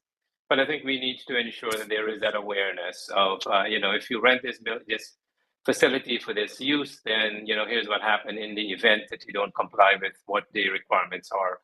I was looking for some clarity around the use of the space, and I think that's there.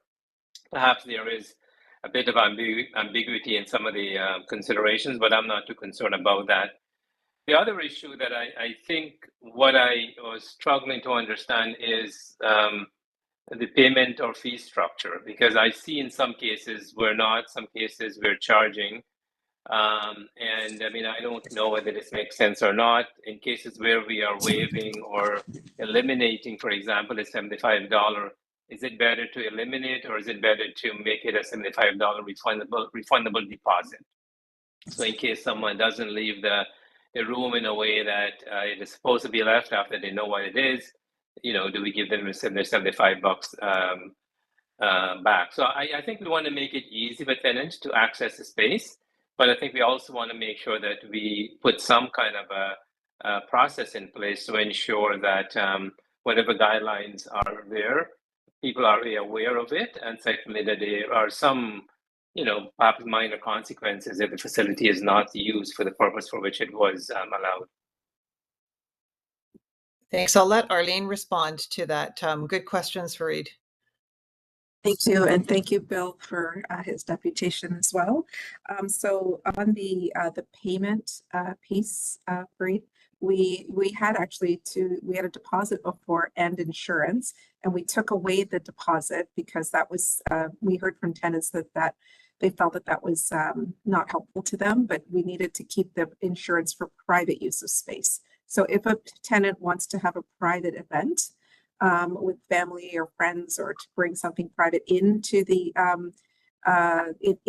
into the common community room, it is so that there's that coverage for them in case something happens, if something gets destroyed or something like that. But we're not charging a rental fee anymore.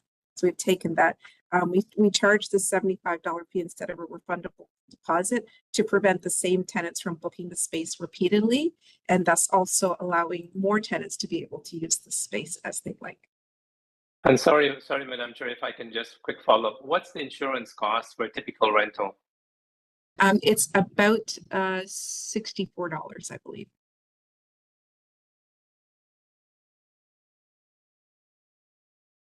That's helpful. All right, thanks. Okay. And I'll leave it there. Okay, yeah, thank you. And maybe you could let us know over time how that's working actually, because Yeah, it's thanks. interesting. Brenda? Hi, just a quick one. You keep on referring to slides. If I could just ask, when people do present, either they put the slide on the screen or they are really careful, because I'm trying to follow it and it's hard sometimes with vision to figure out what it is. So if I could just suggest you be specific about what slides you're talking about. My questions were related as well to deposit insurance. How is the insurance obtained?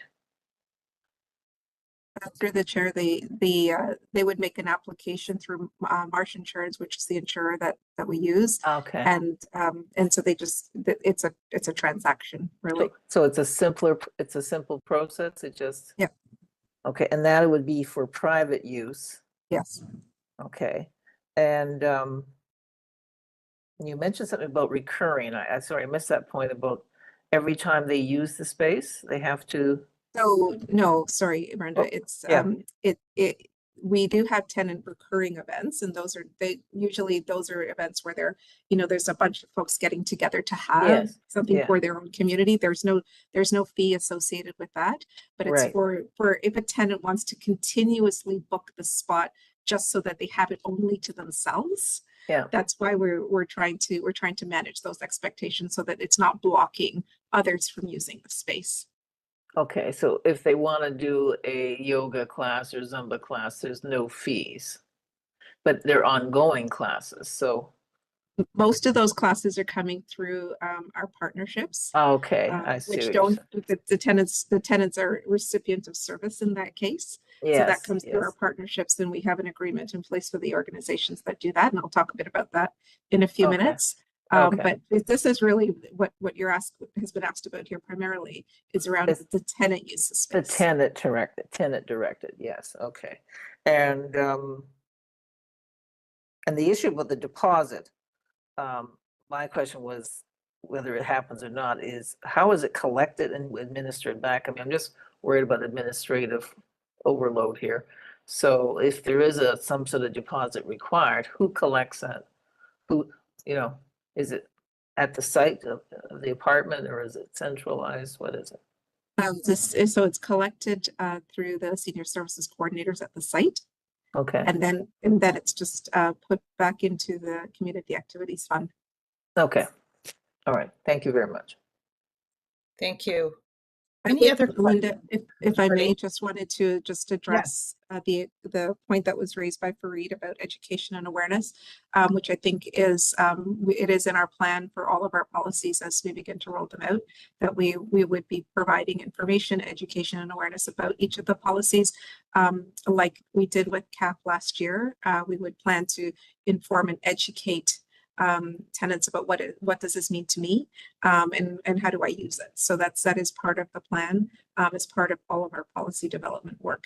And we also we'll publish articles through Senior Speak and put up posters that it's now official, all of those pieces. And to Bill's questions about some of the things, it's not clear, we could develop a Q&A to support the areas where he's identified that there may be additional clarity is required. We can do that as well. Great, thank you. Are there any restrictions? Like, are there some things we won't let people do, like politics or something? Can we define that? Yeah, there are some, from an insurance perspective, if a tenant is hosting a private event, we're really not fond of fire throwing and knife throwers. No. But I'm speaking about the contentious things. Like, is there any restriction on politics or the use of space for? So, are there restriction on any activities other than common sense ones, obviously, but. Through the chair, the space is available. Like we also have the space available when elections are on, so that it can be a polling station. So from that perspective, are you talking specifically about bringing in a particular political view into the building? Well, yeah, this is the issue. au courant these days. And I would suggest that we have a policy of how to deal with difficult things and maybe have a mediation component to that to cover our asses, to be quite frank. No, you got to plan. I mean, one hates to say you have to plan for all the eventualities, but we're now realizing that we indeed do have to plan for all eventualities. And given the nastiness of the world out there, I would suggest there be some group or subgroup that look at, are there anything we would not allow? And if not, or in addition to some sort of mediation piece. So if there is something that needs to be resolved, that there's some component somewhere where someone can be assigned the task of mediating the parties. Those are my suggestions. Thank you. And Fareed, do you want to comment to that? Yeah, just very, very quickly. I mean, Brenda raises a very important point, and this is Yeah. not just about politics. It's about a lot of the things that are happening Yes. within communities these days, and it transcends politics. And I mean, I think I would suggest, Arlene, through the chair, that you look at the City of Toronto for some of their consideration in this regard, because I don't think we want to deal with it and then deal with it when it happens. So we can approve the policy as is, but I think we would make a recommendation that someone looks into this and come back to the committee with some recommendations on what the city is doing, and perhaps we can look at adopting that. But that's a really, really important consideration. Yeah. Yeah, and I see Bill's comments too, that there is also no solicitations. So there are some areas where we're not giving space to for that. Arlene, did you want to make any final comments on that or anything else? Just that we also have an elections policy, right? That speaks to that particular topic. But I think it's a broader topic, to Fareed's point and to Brenda's point. It's a broader topic around discriminatory language and inciting discrimination and all those sorts of things. So we can take that away, because that work will fall under our human rights work that's coming to you shortly. Yeah, that's perfect. And so I think at this point, this committee, what we're asking is to bring it forward to the board for approval, I believe. And so this gives a little bit of a time. It sounds like we're we're comfortable with the amount of consultation that has occurred and the thoroughness of the document. It is a dynamic world that we're living in, and this policy will probably have to be dynamic. But perhaps with some of those small changes, we would, I get a sense that the committee would be comfortable with this going forward to the board for approval. Yep. Perfect. Great. Thank you for the meaningful conversation. And so it is to approve. So we have a motion to approve the Quality and Tenant Engagement Committee endorse the following recommendations to be forwarded to the board for approval: to adopt the use of community space policy as set out in attachment 1 of this report, and forward it to the TCHC directors and policy effective date of January 1st, 2025, and retire the non-residential use of space policy for tenants policy commonly used, called the use of space policy, effective January 1st, 2025. Can I have a mover for that? Jim, are you good to move? Yes, and I had my hand up just to say. Oh, I'm sorry. Just to say thank you to Arlene for all of the work she's put in. I mean, it was quite a job to get tenants together to hash these things out. And I think she's done really good. Thank you for the motion, Jim, and thank you for comments. They will be noted. I appreciate that. And I saw Fareed's hand go up as a seconder. All in favor? Terrific. And I do apologize. I'm having trouble getting all the faces on one screen with this computer. So move on to the next item. We got to get this to one a also. Jumbotron. Yeah, exactly. That's what I'm going to need to do. The next one is the next item, number 13, is program partnerships and engagement. Again, I think this flows really nicely. And our Bill has asked to depute on this one and has also asked if we do the presentation first. So I'm going to pass it over to Arlene. And there was actually quite a bit of documentation for this as well. And maybe just let us know if there's things that we need to be looking at, as Brenda duly noted. Thanks. Over to you, Arlene. Thank you. So I've sectioned off this into 3 parts. At the last QTE meeting, there was a request to have an update on programs and partnership, and I added engagement because I figured you'd probably ask about that anyway. So I put that at the end.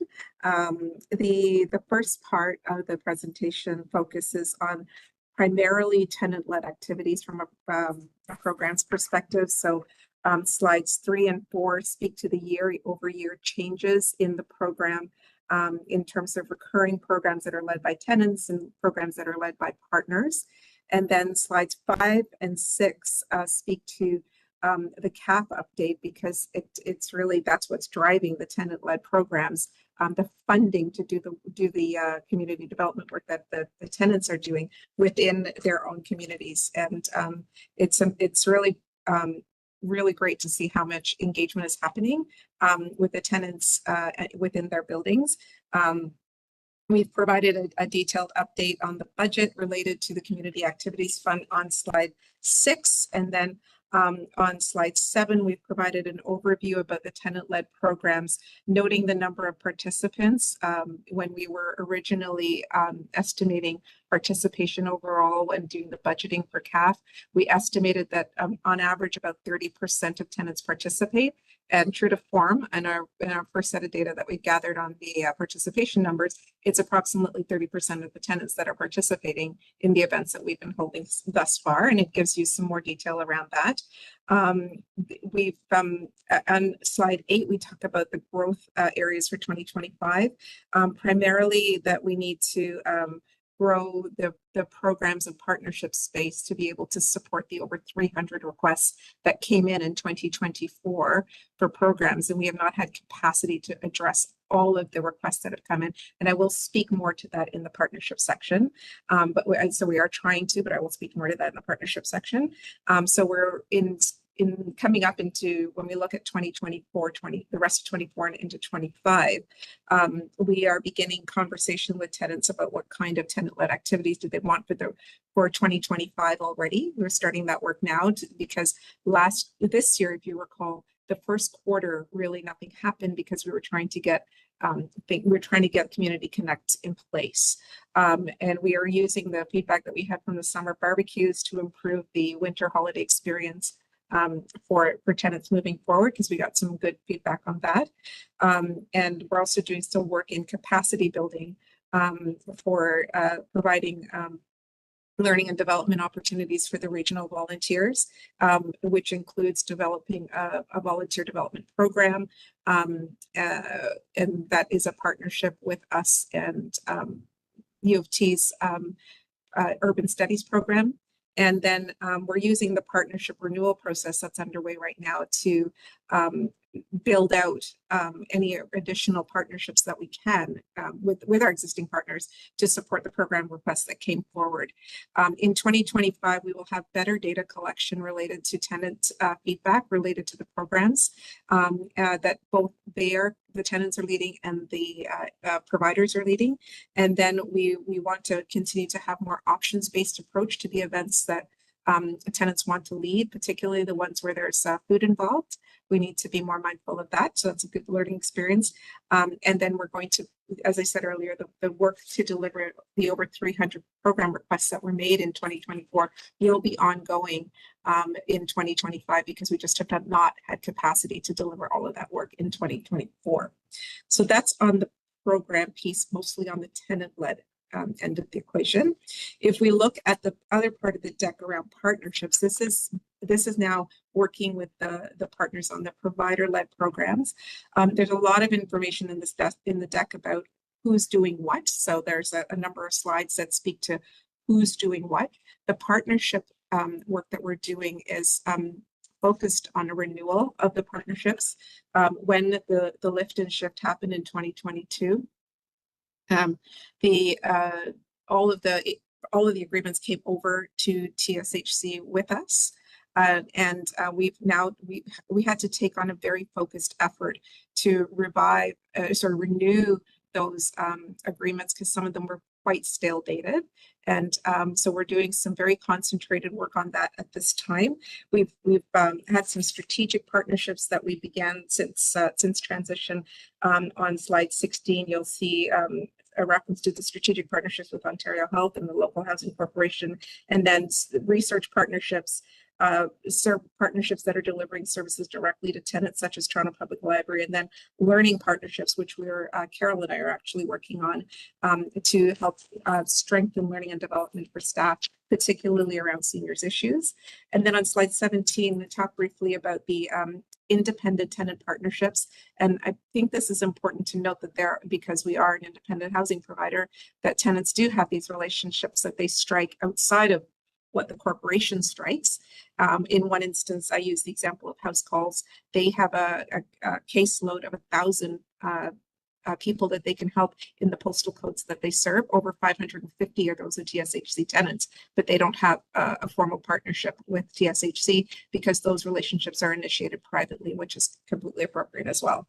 So currently we are working to straighten out our partnership agreement. There's a lot of work that's been done to redesign the agreements and have the conversations with partners. On slide 21, you'll see that as of September 16th, we had been in contact with 100% of our partners, which is 55. 80% of contract discussions have been scheduled. 75% have been completed. I think we're probably closer to 85% now of that being completed. And 1% of the contracts have been finalized because it's a back and forth process with contracts. As you can imagine, we offer they come back and there's a bit of negotiation that goes back and forth. So we're looking to have the agreements wrapped up by the end of November and come back with an interim report in December. And by way of tenants informing this work, tenants did say, we want 300 programs. So they're telling us what they want, and we're working within the parameters of what's available in their communities and through the providers to get those programs in place for them as we move forward into 2025. And then the last part of the presentation speaks to our engagement work overall. Just being mindful of time, on slide 24, there's a suggested learning continuum, and this suggested learning continuum has been highly informed by a group of dedicated tenants who sit at the implementation table that guide the work we do around Community Connect Plus. Bill is at that table, and they help us to determine what is important to tenants and what we should be looking at strengthening by way of learning and development. Jim is actually also at that table. So that's the piece around engagement. There's some data around tenant circles, and also of note that we'll be starting stack recruitment in Q3 2024. We're meeting with STAC to present the proposal for how that we can go about doing that between December and May of next year. And also, finally, as part of the package, the implementation table has also developed a draft tenant volunteer code of conduct, which replaces the previous code of conduct that was in place. We have held consultations. We've had consultations with about 128 tenant volunteers, a couple of consultations with STAC on this, and also the tenants who are on the implementation table are the ones that actually held the pen. Bill and I spent together at least 8 hours working on this document, him and I, and preparing a reasonable draft that has been tabled for comment by the at the regional meetings and has met very favorably with people signing it and giving it back to me. And I'm like, no, it's not passed yet, so it's not. You don't have to sign it, give it back to me yet. We need it to get through the approval process before we implement. So that's the work that's in the update on programs, partnership, and engagement. Thank you. And for those who are joining us, offline, I would actually this material will be on the website, right? So it's the presentations are well laid out, and I appreciate that. I think we're going to pass it over to Bill for his deputation, and then I'll take any questions, comments from the group. Good afternoon once again, Madam Chair and members of the Quality and Tenant Engagement. I'm out of breath. I'm out of breath just listening to what's occurred over the last 2 years. And I have a couple of things that I just want to kind of run through quickly. If you look at your page 131, that goes to the CAF updates. Yeah, I mean, it's considering that it's the first year, we we just kind of accept and go ahead. But there's, I do need to, I do want to speak a little bit to the idea about the barbecues and the caterer. And from what I've heard from other tenants, they're very disappointed. Not so much in the food, but in all of the extra added on costs that came with the $9 a head meal. And I've heard from some that that it as a result of these added on costs that maybe could have been negotiated better. Some buildings are, their budget for the year is a little more spent than what it could be. But I think that's something that's been recognized. It's actually, Arlene actually wrote it right into the into the statement here that there were, this is a process, and we'll move, and we'll take a look at it and see how it can move forward. Then I did want to point to the independent the independent programming with the house calls. I mean, that is just simply amazing.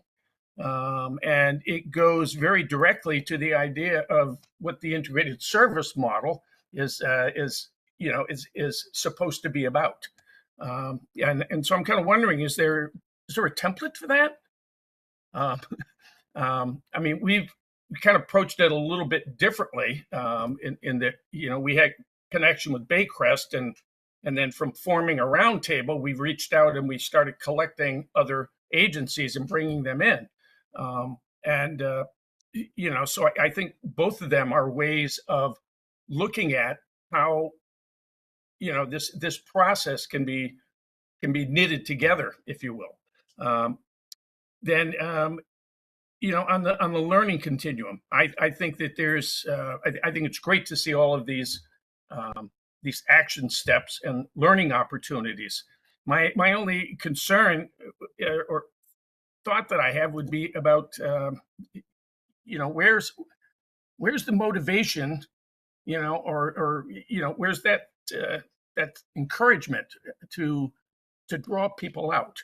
I think the CAF funding certainly has it certainly has brought the current volunteers together. But what ideas are there to bring other people in, to the process of wanting to volunteer and to be part of this program, so that it grows. And aside from that, as I said, I'm going to be very quick with this. On page 151, I have to say that after these years of going back and forth with Toronto Housing and back and forth with the senior entity and with the senior Toronto Seniors Housing, I'm just glad to see engagement. The word engagement has finally found a definition. It's a joke. It used to be tenant engagement. So but anyway, I think, this is something that's brand new, and I certainly have expressed my kind of attachments and reservations from, what's coming forward. But in all honesty, I think that this is, again, I mean, this is it's just amazing what we've seen in 2.5 years, not even. So thank you. Thank you, Bill. And I was feeling a bit breathless as well when I was reading the report, and as you were describing a lot of work, Arlene. Questions, comments? I don't know if you want to respond to any of the comments that Bill had first, Arlene, and then I'll over to Brenda. Thank you, Madam Chair, and thank you, Bill, for your for your comments. Yes, we are revisiting, well, not revisiting. We've moved away from the services that we used for the caterer for this year.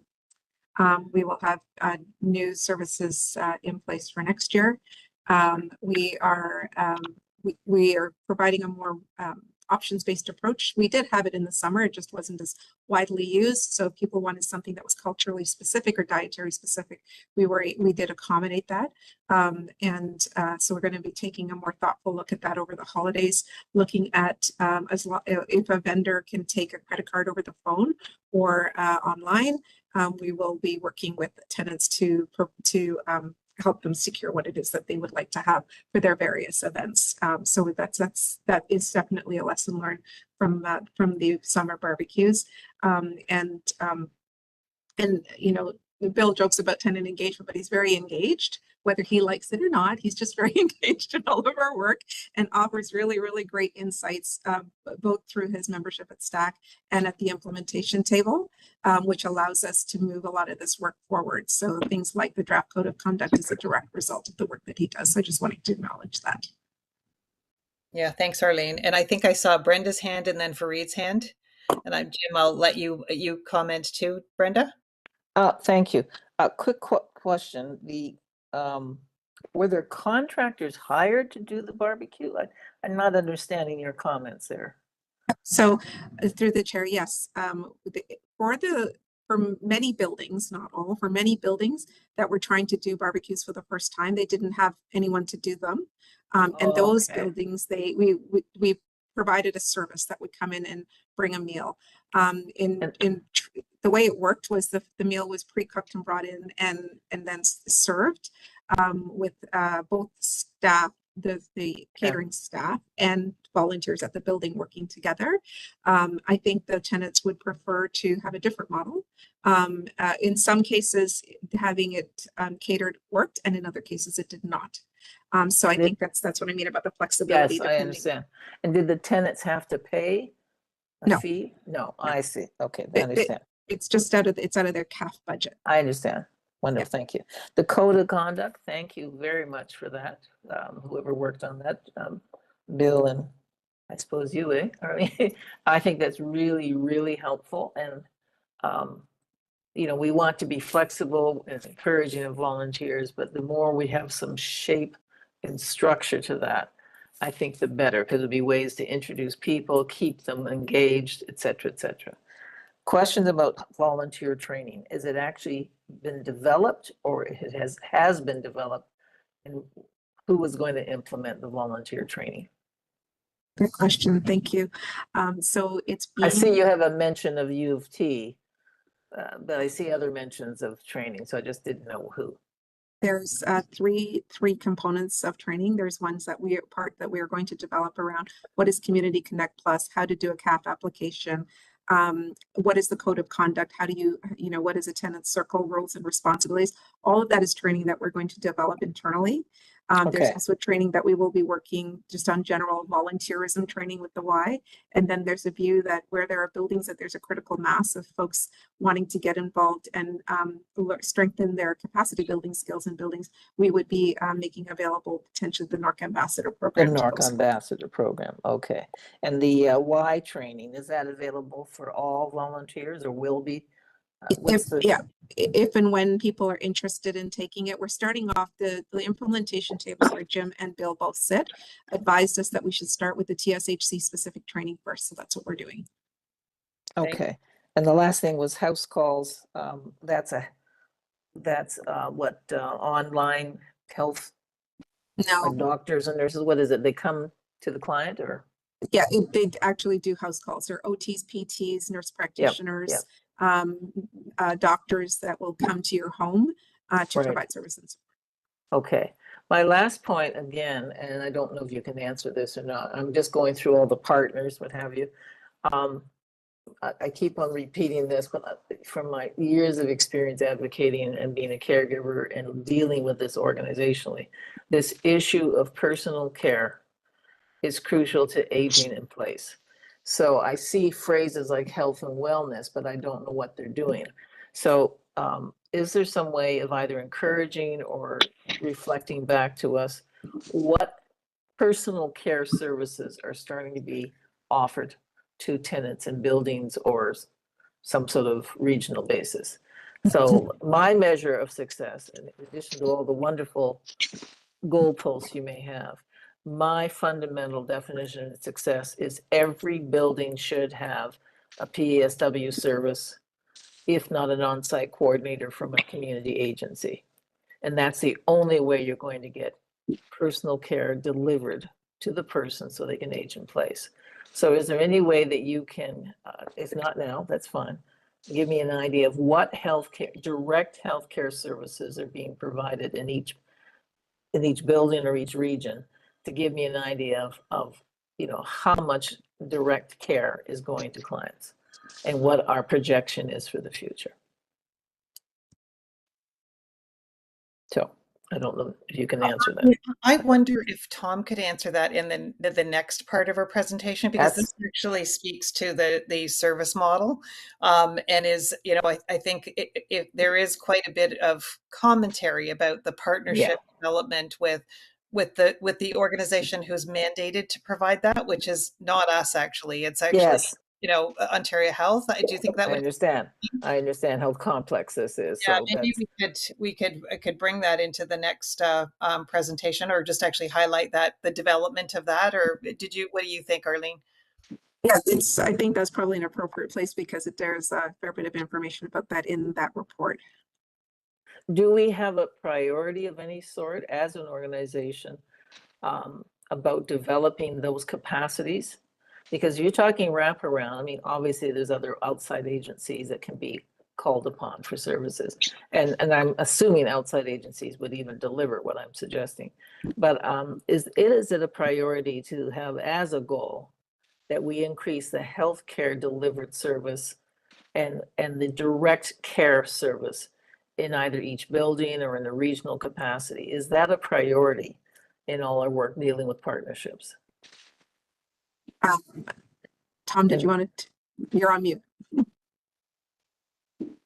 Sorry, through the chair, and I'll answer that quickly, because I think that you'll just get more insight from the report if get to it. But just saying that, yes, it is a priority for us to enhance those healthcare services in the buildings. But we, Toronto Seniors, will not be providing that healthcare service.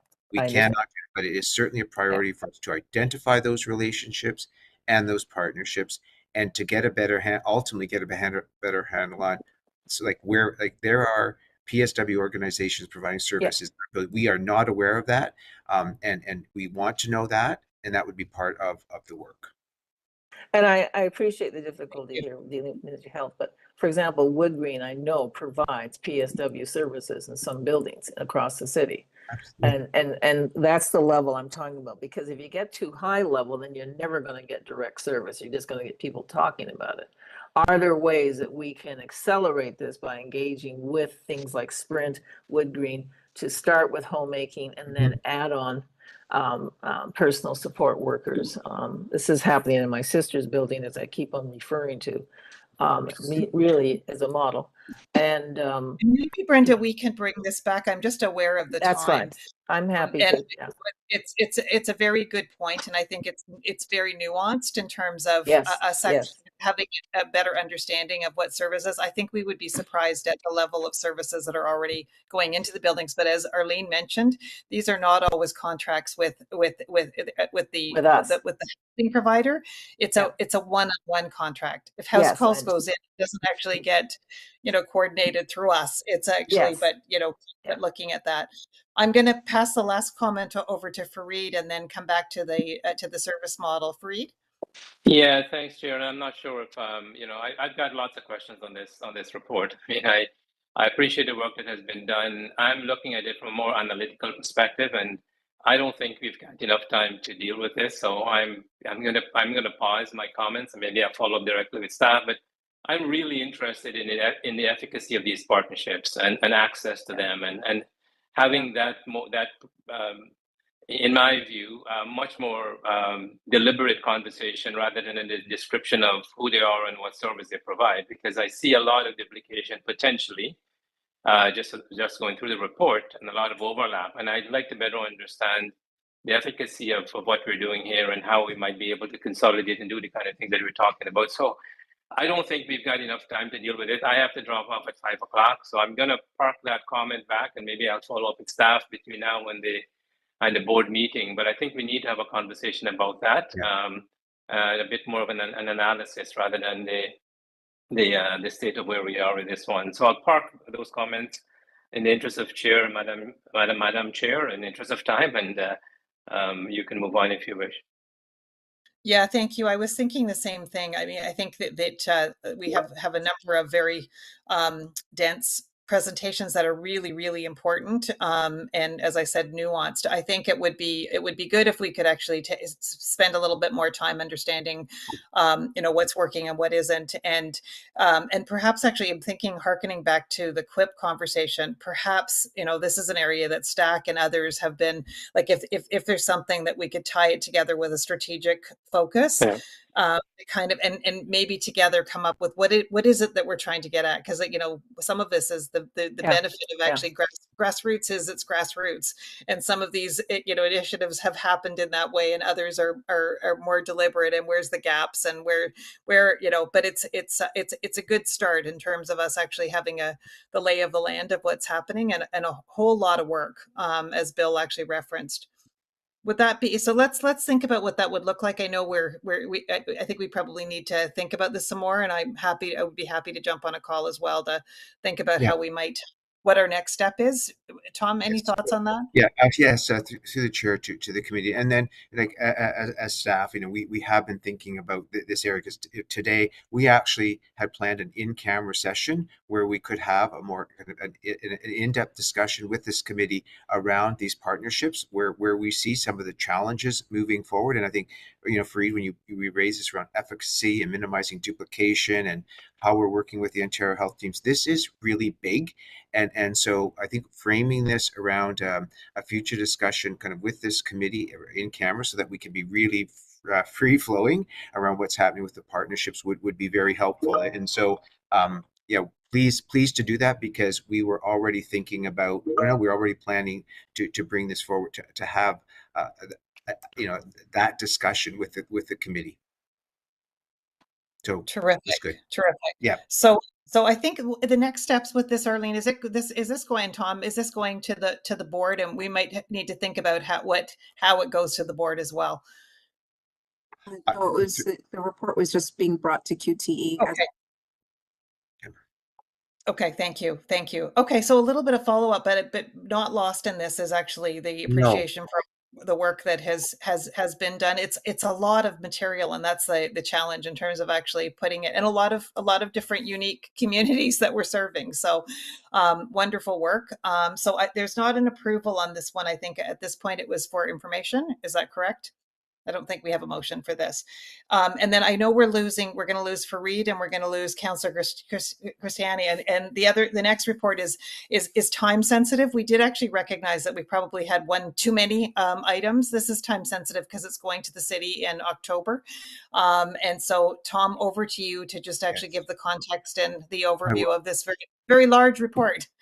Yes, through the chair to the committee, and this report is for information, and so I'll just I'll try and be brief and precise kind of in my comments, and then if people have any questions or comments, and we can I can respond to those. And just wanting to confirm that this report came out of a motion at City Council. So we presented our annual report, and then as part of the approval of our annual report, very specifically, City Council requests that the Toronto Seniors Housing Corporation to report to the October 23rd, 24th meeting of the Economic and Community Development Committee on the model being used in each building in the delivery of the integrated service model in each of the 83 seniors buildings, and specifically the program partners, including public health, parks, forestry, and recreation. And so the team, we have formulated, as you'll see in this report, in our response to that motion. And I want to start by by saying that how we framed this in terms of responding to this motion was, what is the investment, or the city made an investment in the integrated service model. And with that investment in those 4 key areas that they identified, how have we been performing? But more specifically, most importantly, how has that been a positive impact on the tenants? So that is kind of the overall framework that we used. And so one of the things that we felt was important, a couple of things that we felt that were important to that, is you see that we built out 83 very specific building profiles. And now we only attached one as an example for you, but there will be 83 of these profiles that are built out. And then there's another example of the regional profiles that are built out. There will be 4 of those to be used to show kind of key elements of that integrated service model. And I want to say that although um, this motion was an impetus for developing these individual profiles, it is going to be very valuable for us to have these building profiles kind of now and in the future, and as well the regional profile.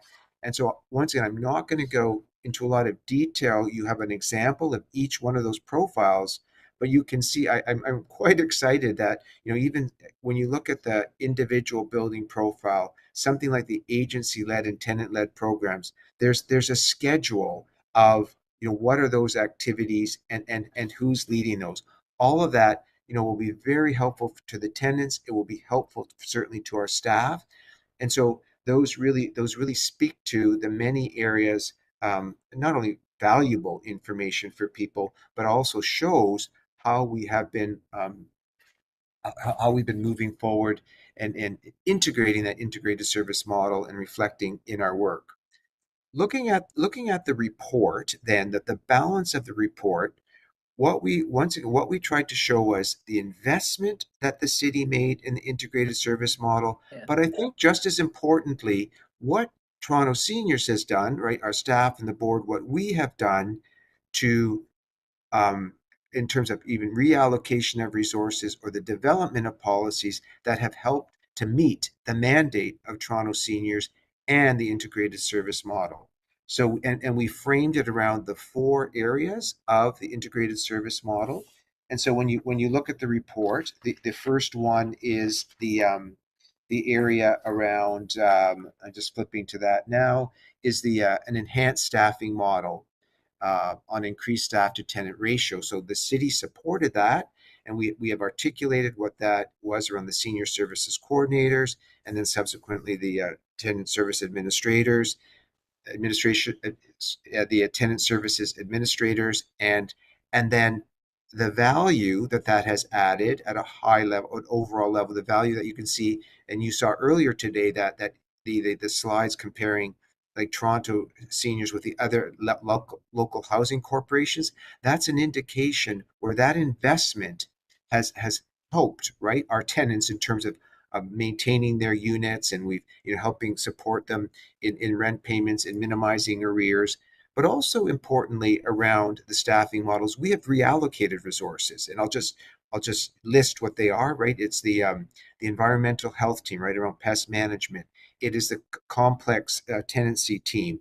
It is the paralegal team that we have reallocated resources to create. That has all helped our tenants maintain their housing.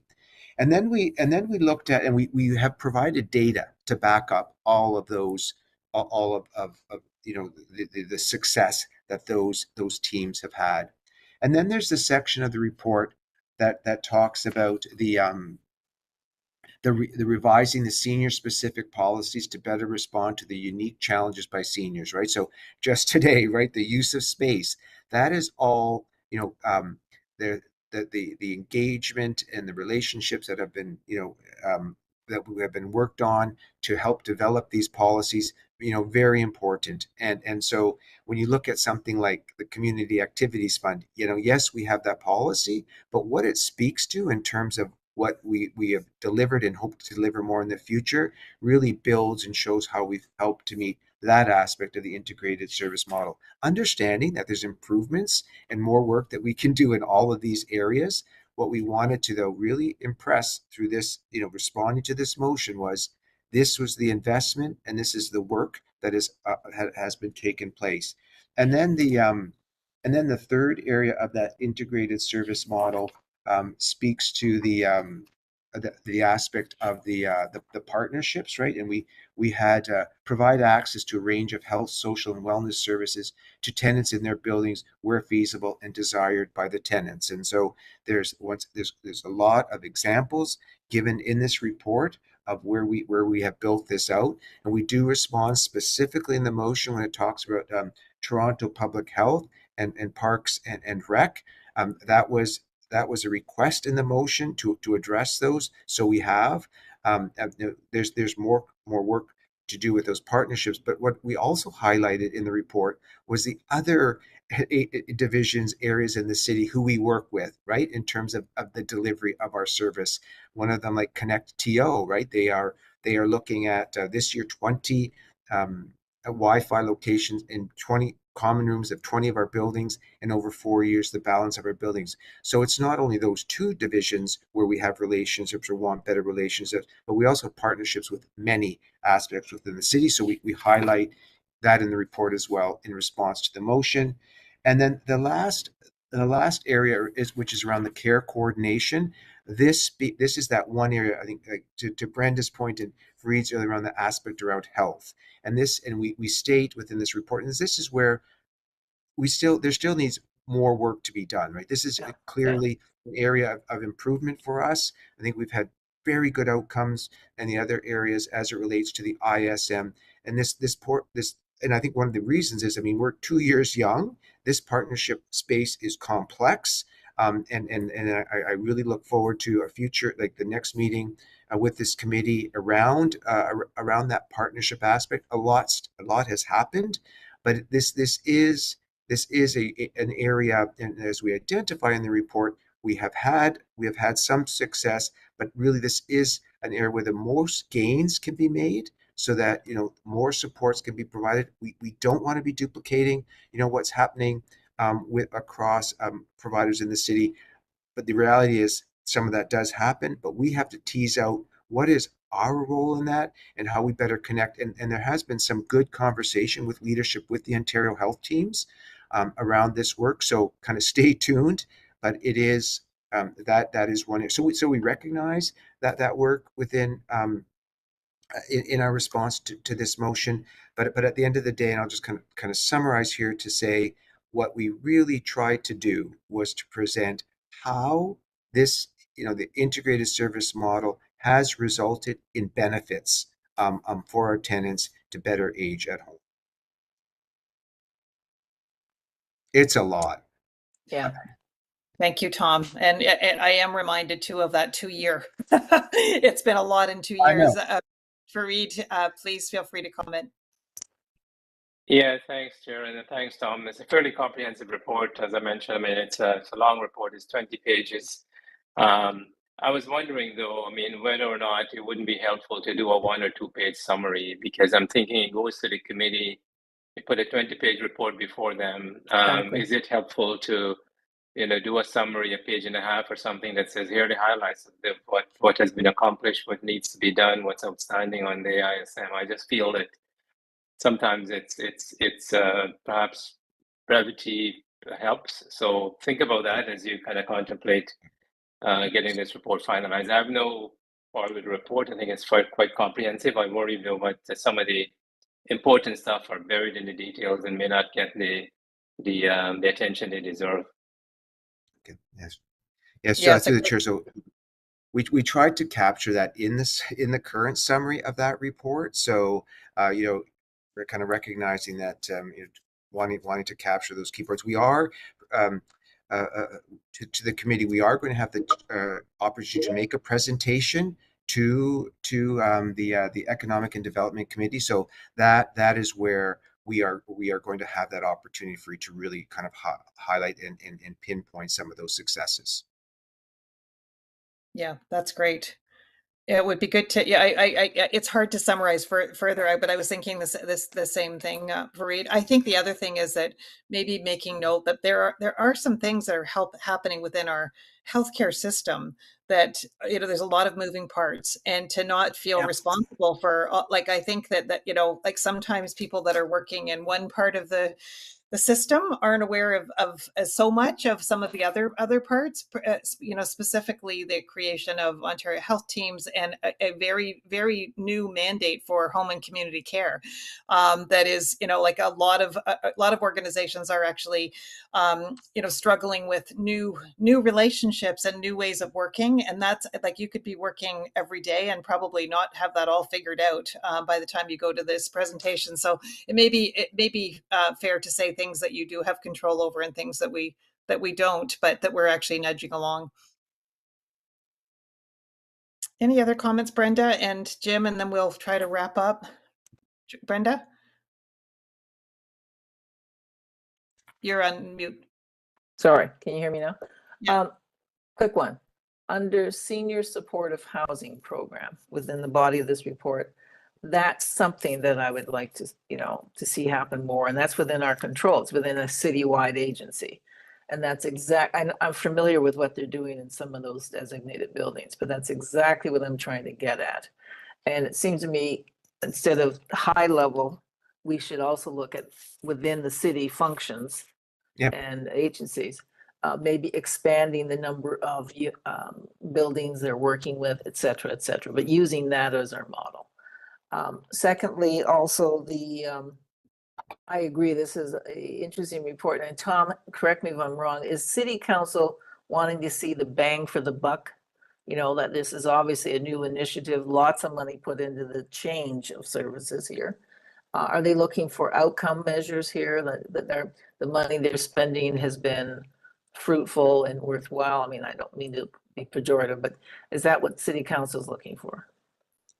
So I mean, I think there's, the motion is relatively simple, but, back to the point about asking for how, the integrated service model has been, implemented in each of the buildings. So what I'm extrapolating from that is that, how it has been implemented is important. Like, we've seen that staffing model, but, what we want to impress, I think most importantly, is and I think that's the underlying kind of messaging, is how has that investment resulted in favorable outcomes? And I think that's what we have shown, kind of throughout the report, and that certainly progress is being made, and that, we would want to keep on track with this work that we're doing around at Toronto Seniors.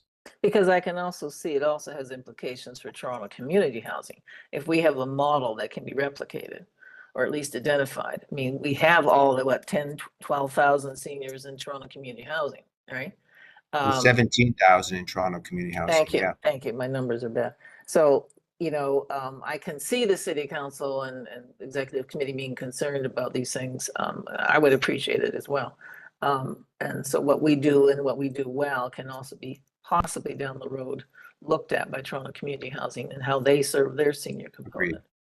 But I think it is meaty. It's quite a lot. I agree with Fried on this. And it does speak to the work we're doing and the work that we're also proposing, right? We're making suggestions here as well.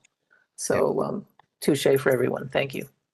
Thank you. And I'm going to bring this to a conclusion. If you do, Tom, did you want to say something? Just one thing I think forgot. We have shared this report with every city division that was mentioned, meeting tomorrow with the deputy city manager's offices, right, for both economic and community services. So this has been well vetted, seen, but we will, it's just getting it finalized. Perfect. Great. And I know Fareed has to jump off. And so I think what it will be interesting to have a report back to this committee on the response. And we do appreciate all the work. Actually, I'm just struck by the the tremendous volume of work that you've actually prepared just for this meeting, but underlying that is actually a lot of work that actually is happening day to day to build the partnerships and our tenant engagement. So with that, I think what we will move to our final item, which is the adjournment for today. If no one has any other questions or comments, I'm going to look for a QT member. Jim, are you willing to move that we adjourn this meeting for today, and we'll be getting Yes, together? I am. And I'd like to say too that the community partnerships part of our Connect Plus is closer to my heart than the funding for barbecues and things like that, because this is something I've been advocating for since I was on the Board of Health. At Street Health on the board. We need those kind of partnerships to serve the tenants well. So I think this is great. Thanks for all your hard work there, Tom. And others. And Thank you. Involved. Yeah. Thank you, Jim, and thank you to the meeting. Are you good to actually approve an adjournment of this meeting, Jim? And yes, a seconder. Thank you. Seconded by Fareed. All in favor. Thank you again for everyone who's joined us. And do take a moment to look at the materials on the website, because I think the presentations were actually, the slides in particular were well put together and worthwhile to look at. So thank you. And with that, I'm going to adjourn this meeting and hope everybody has a wonderful rest of your day. Thank you for joining us. Hey, great job, Linda. Thank you. Take care. Bye-bye. Bye. Take care.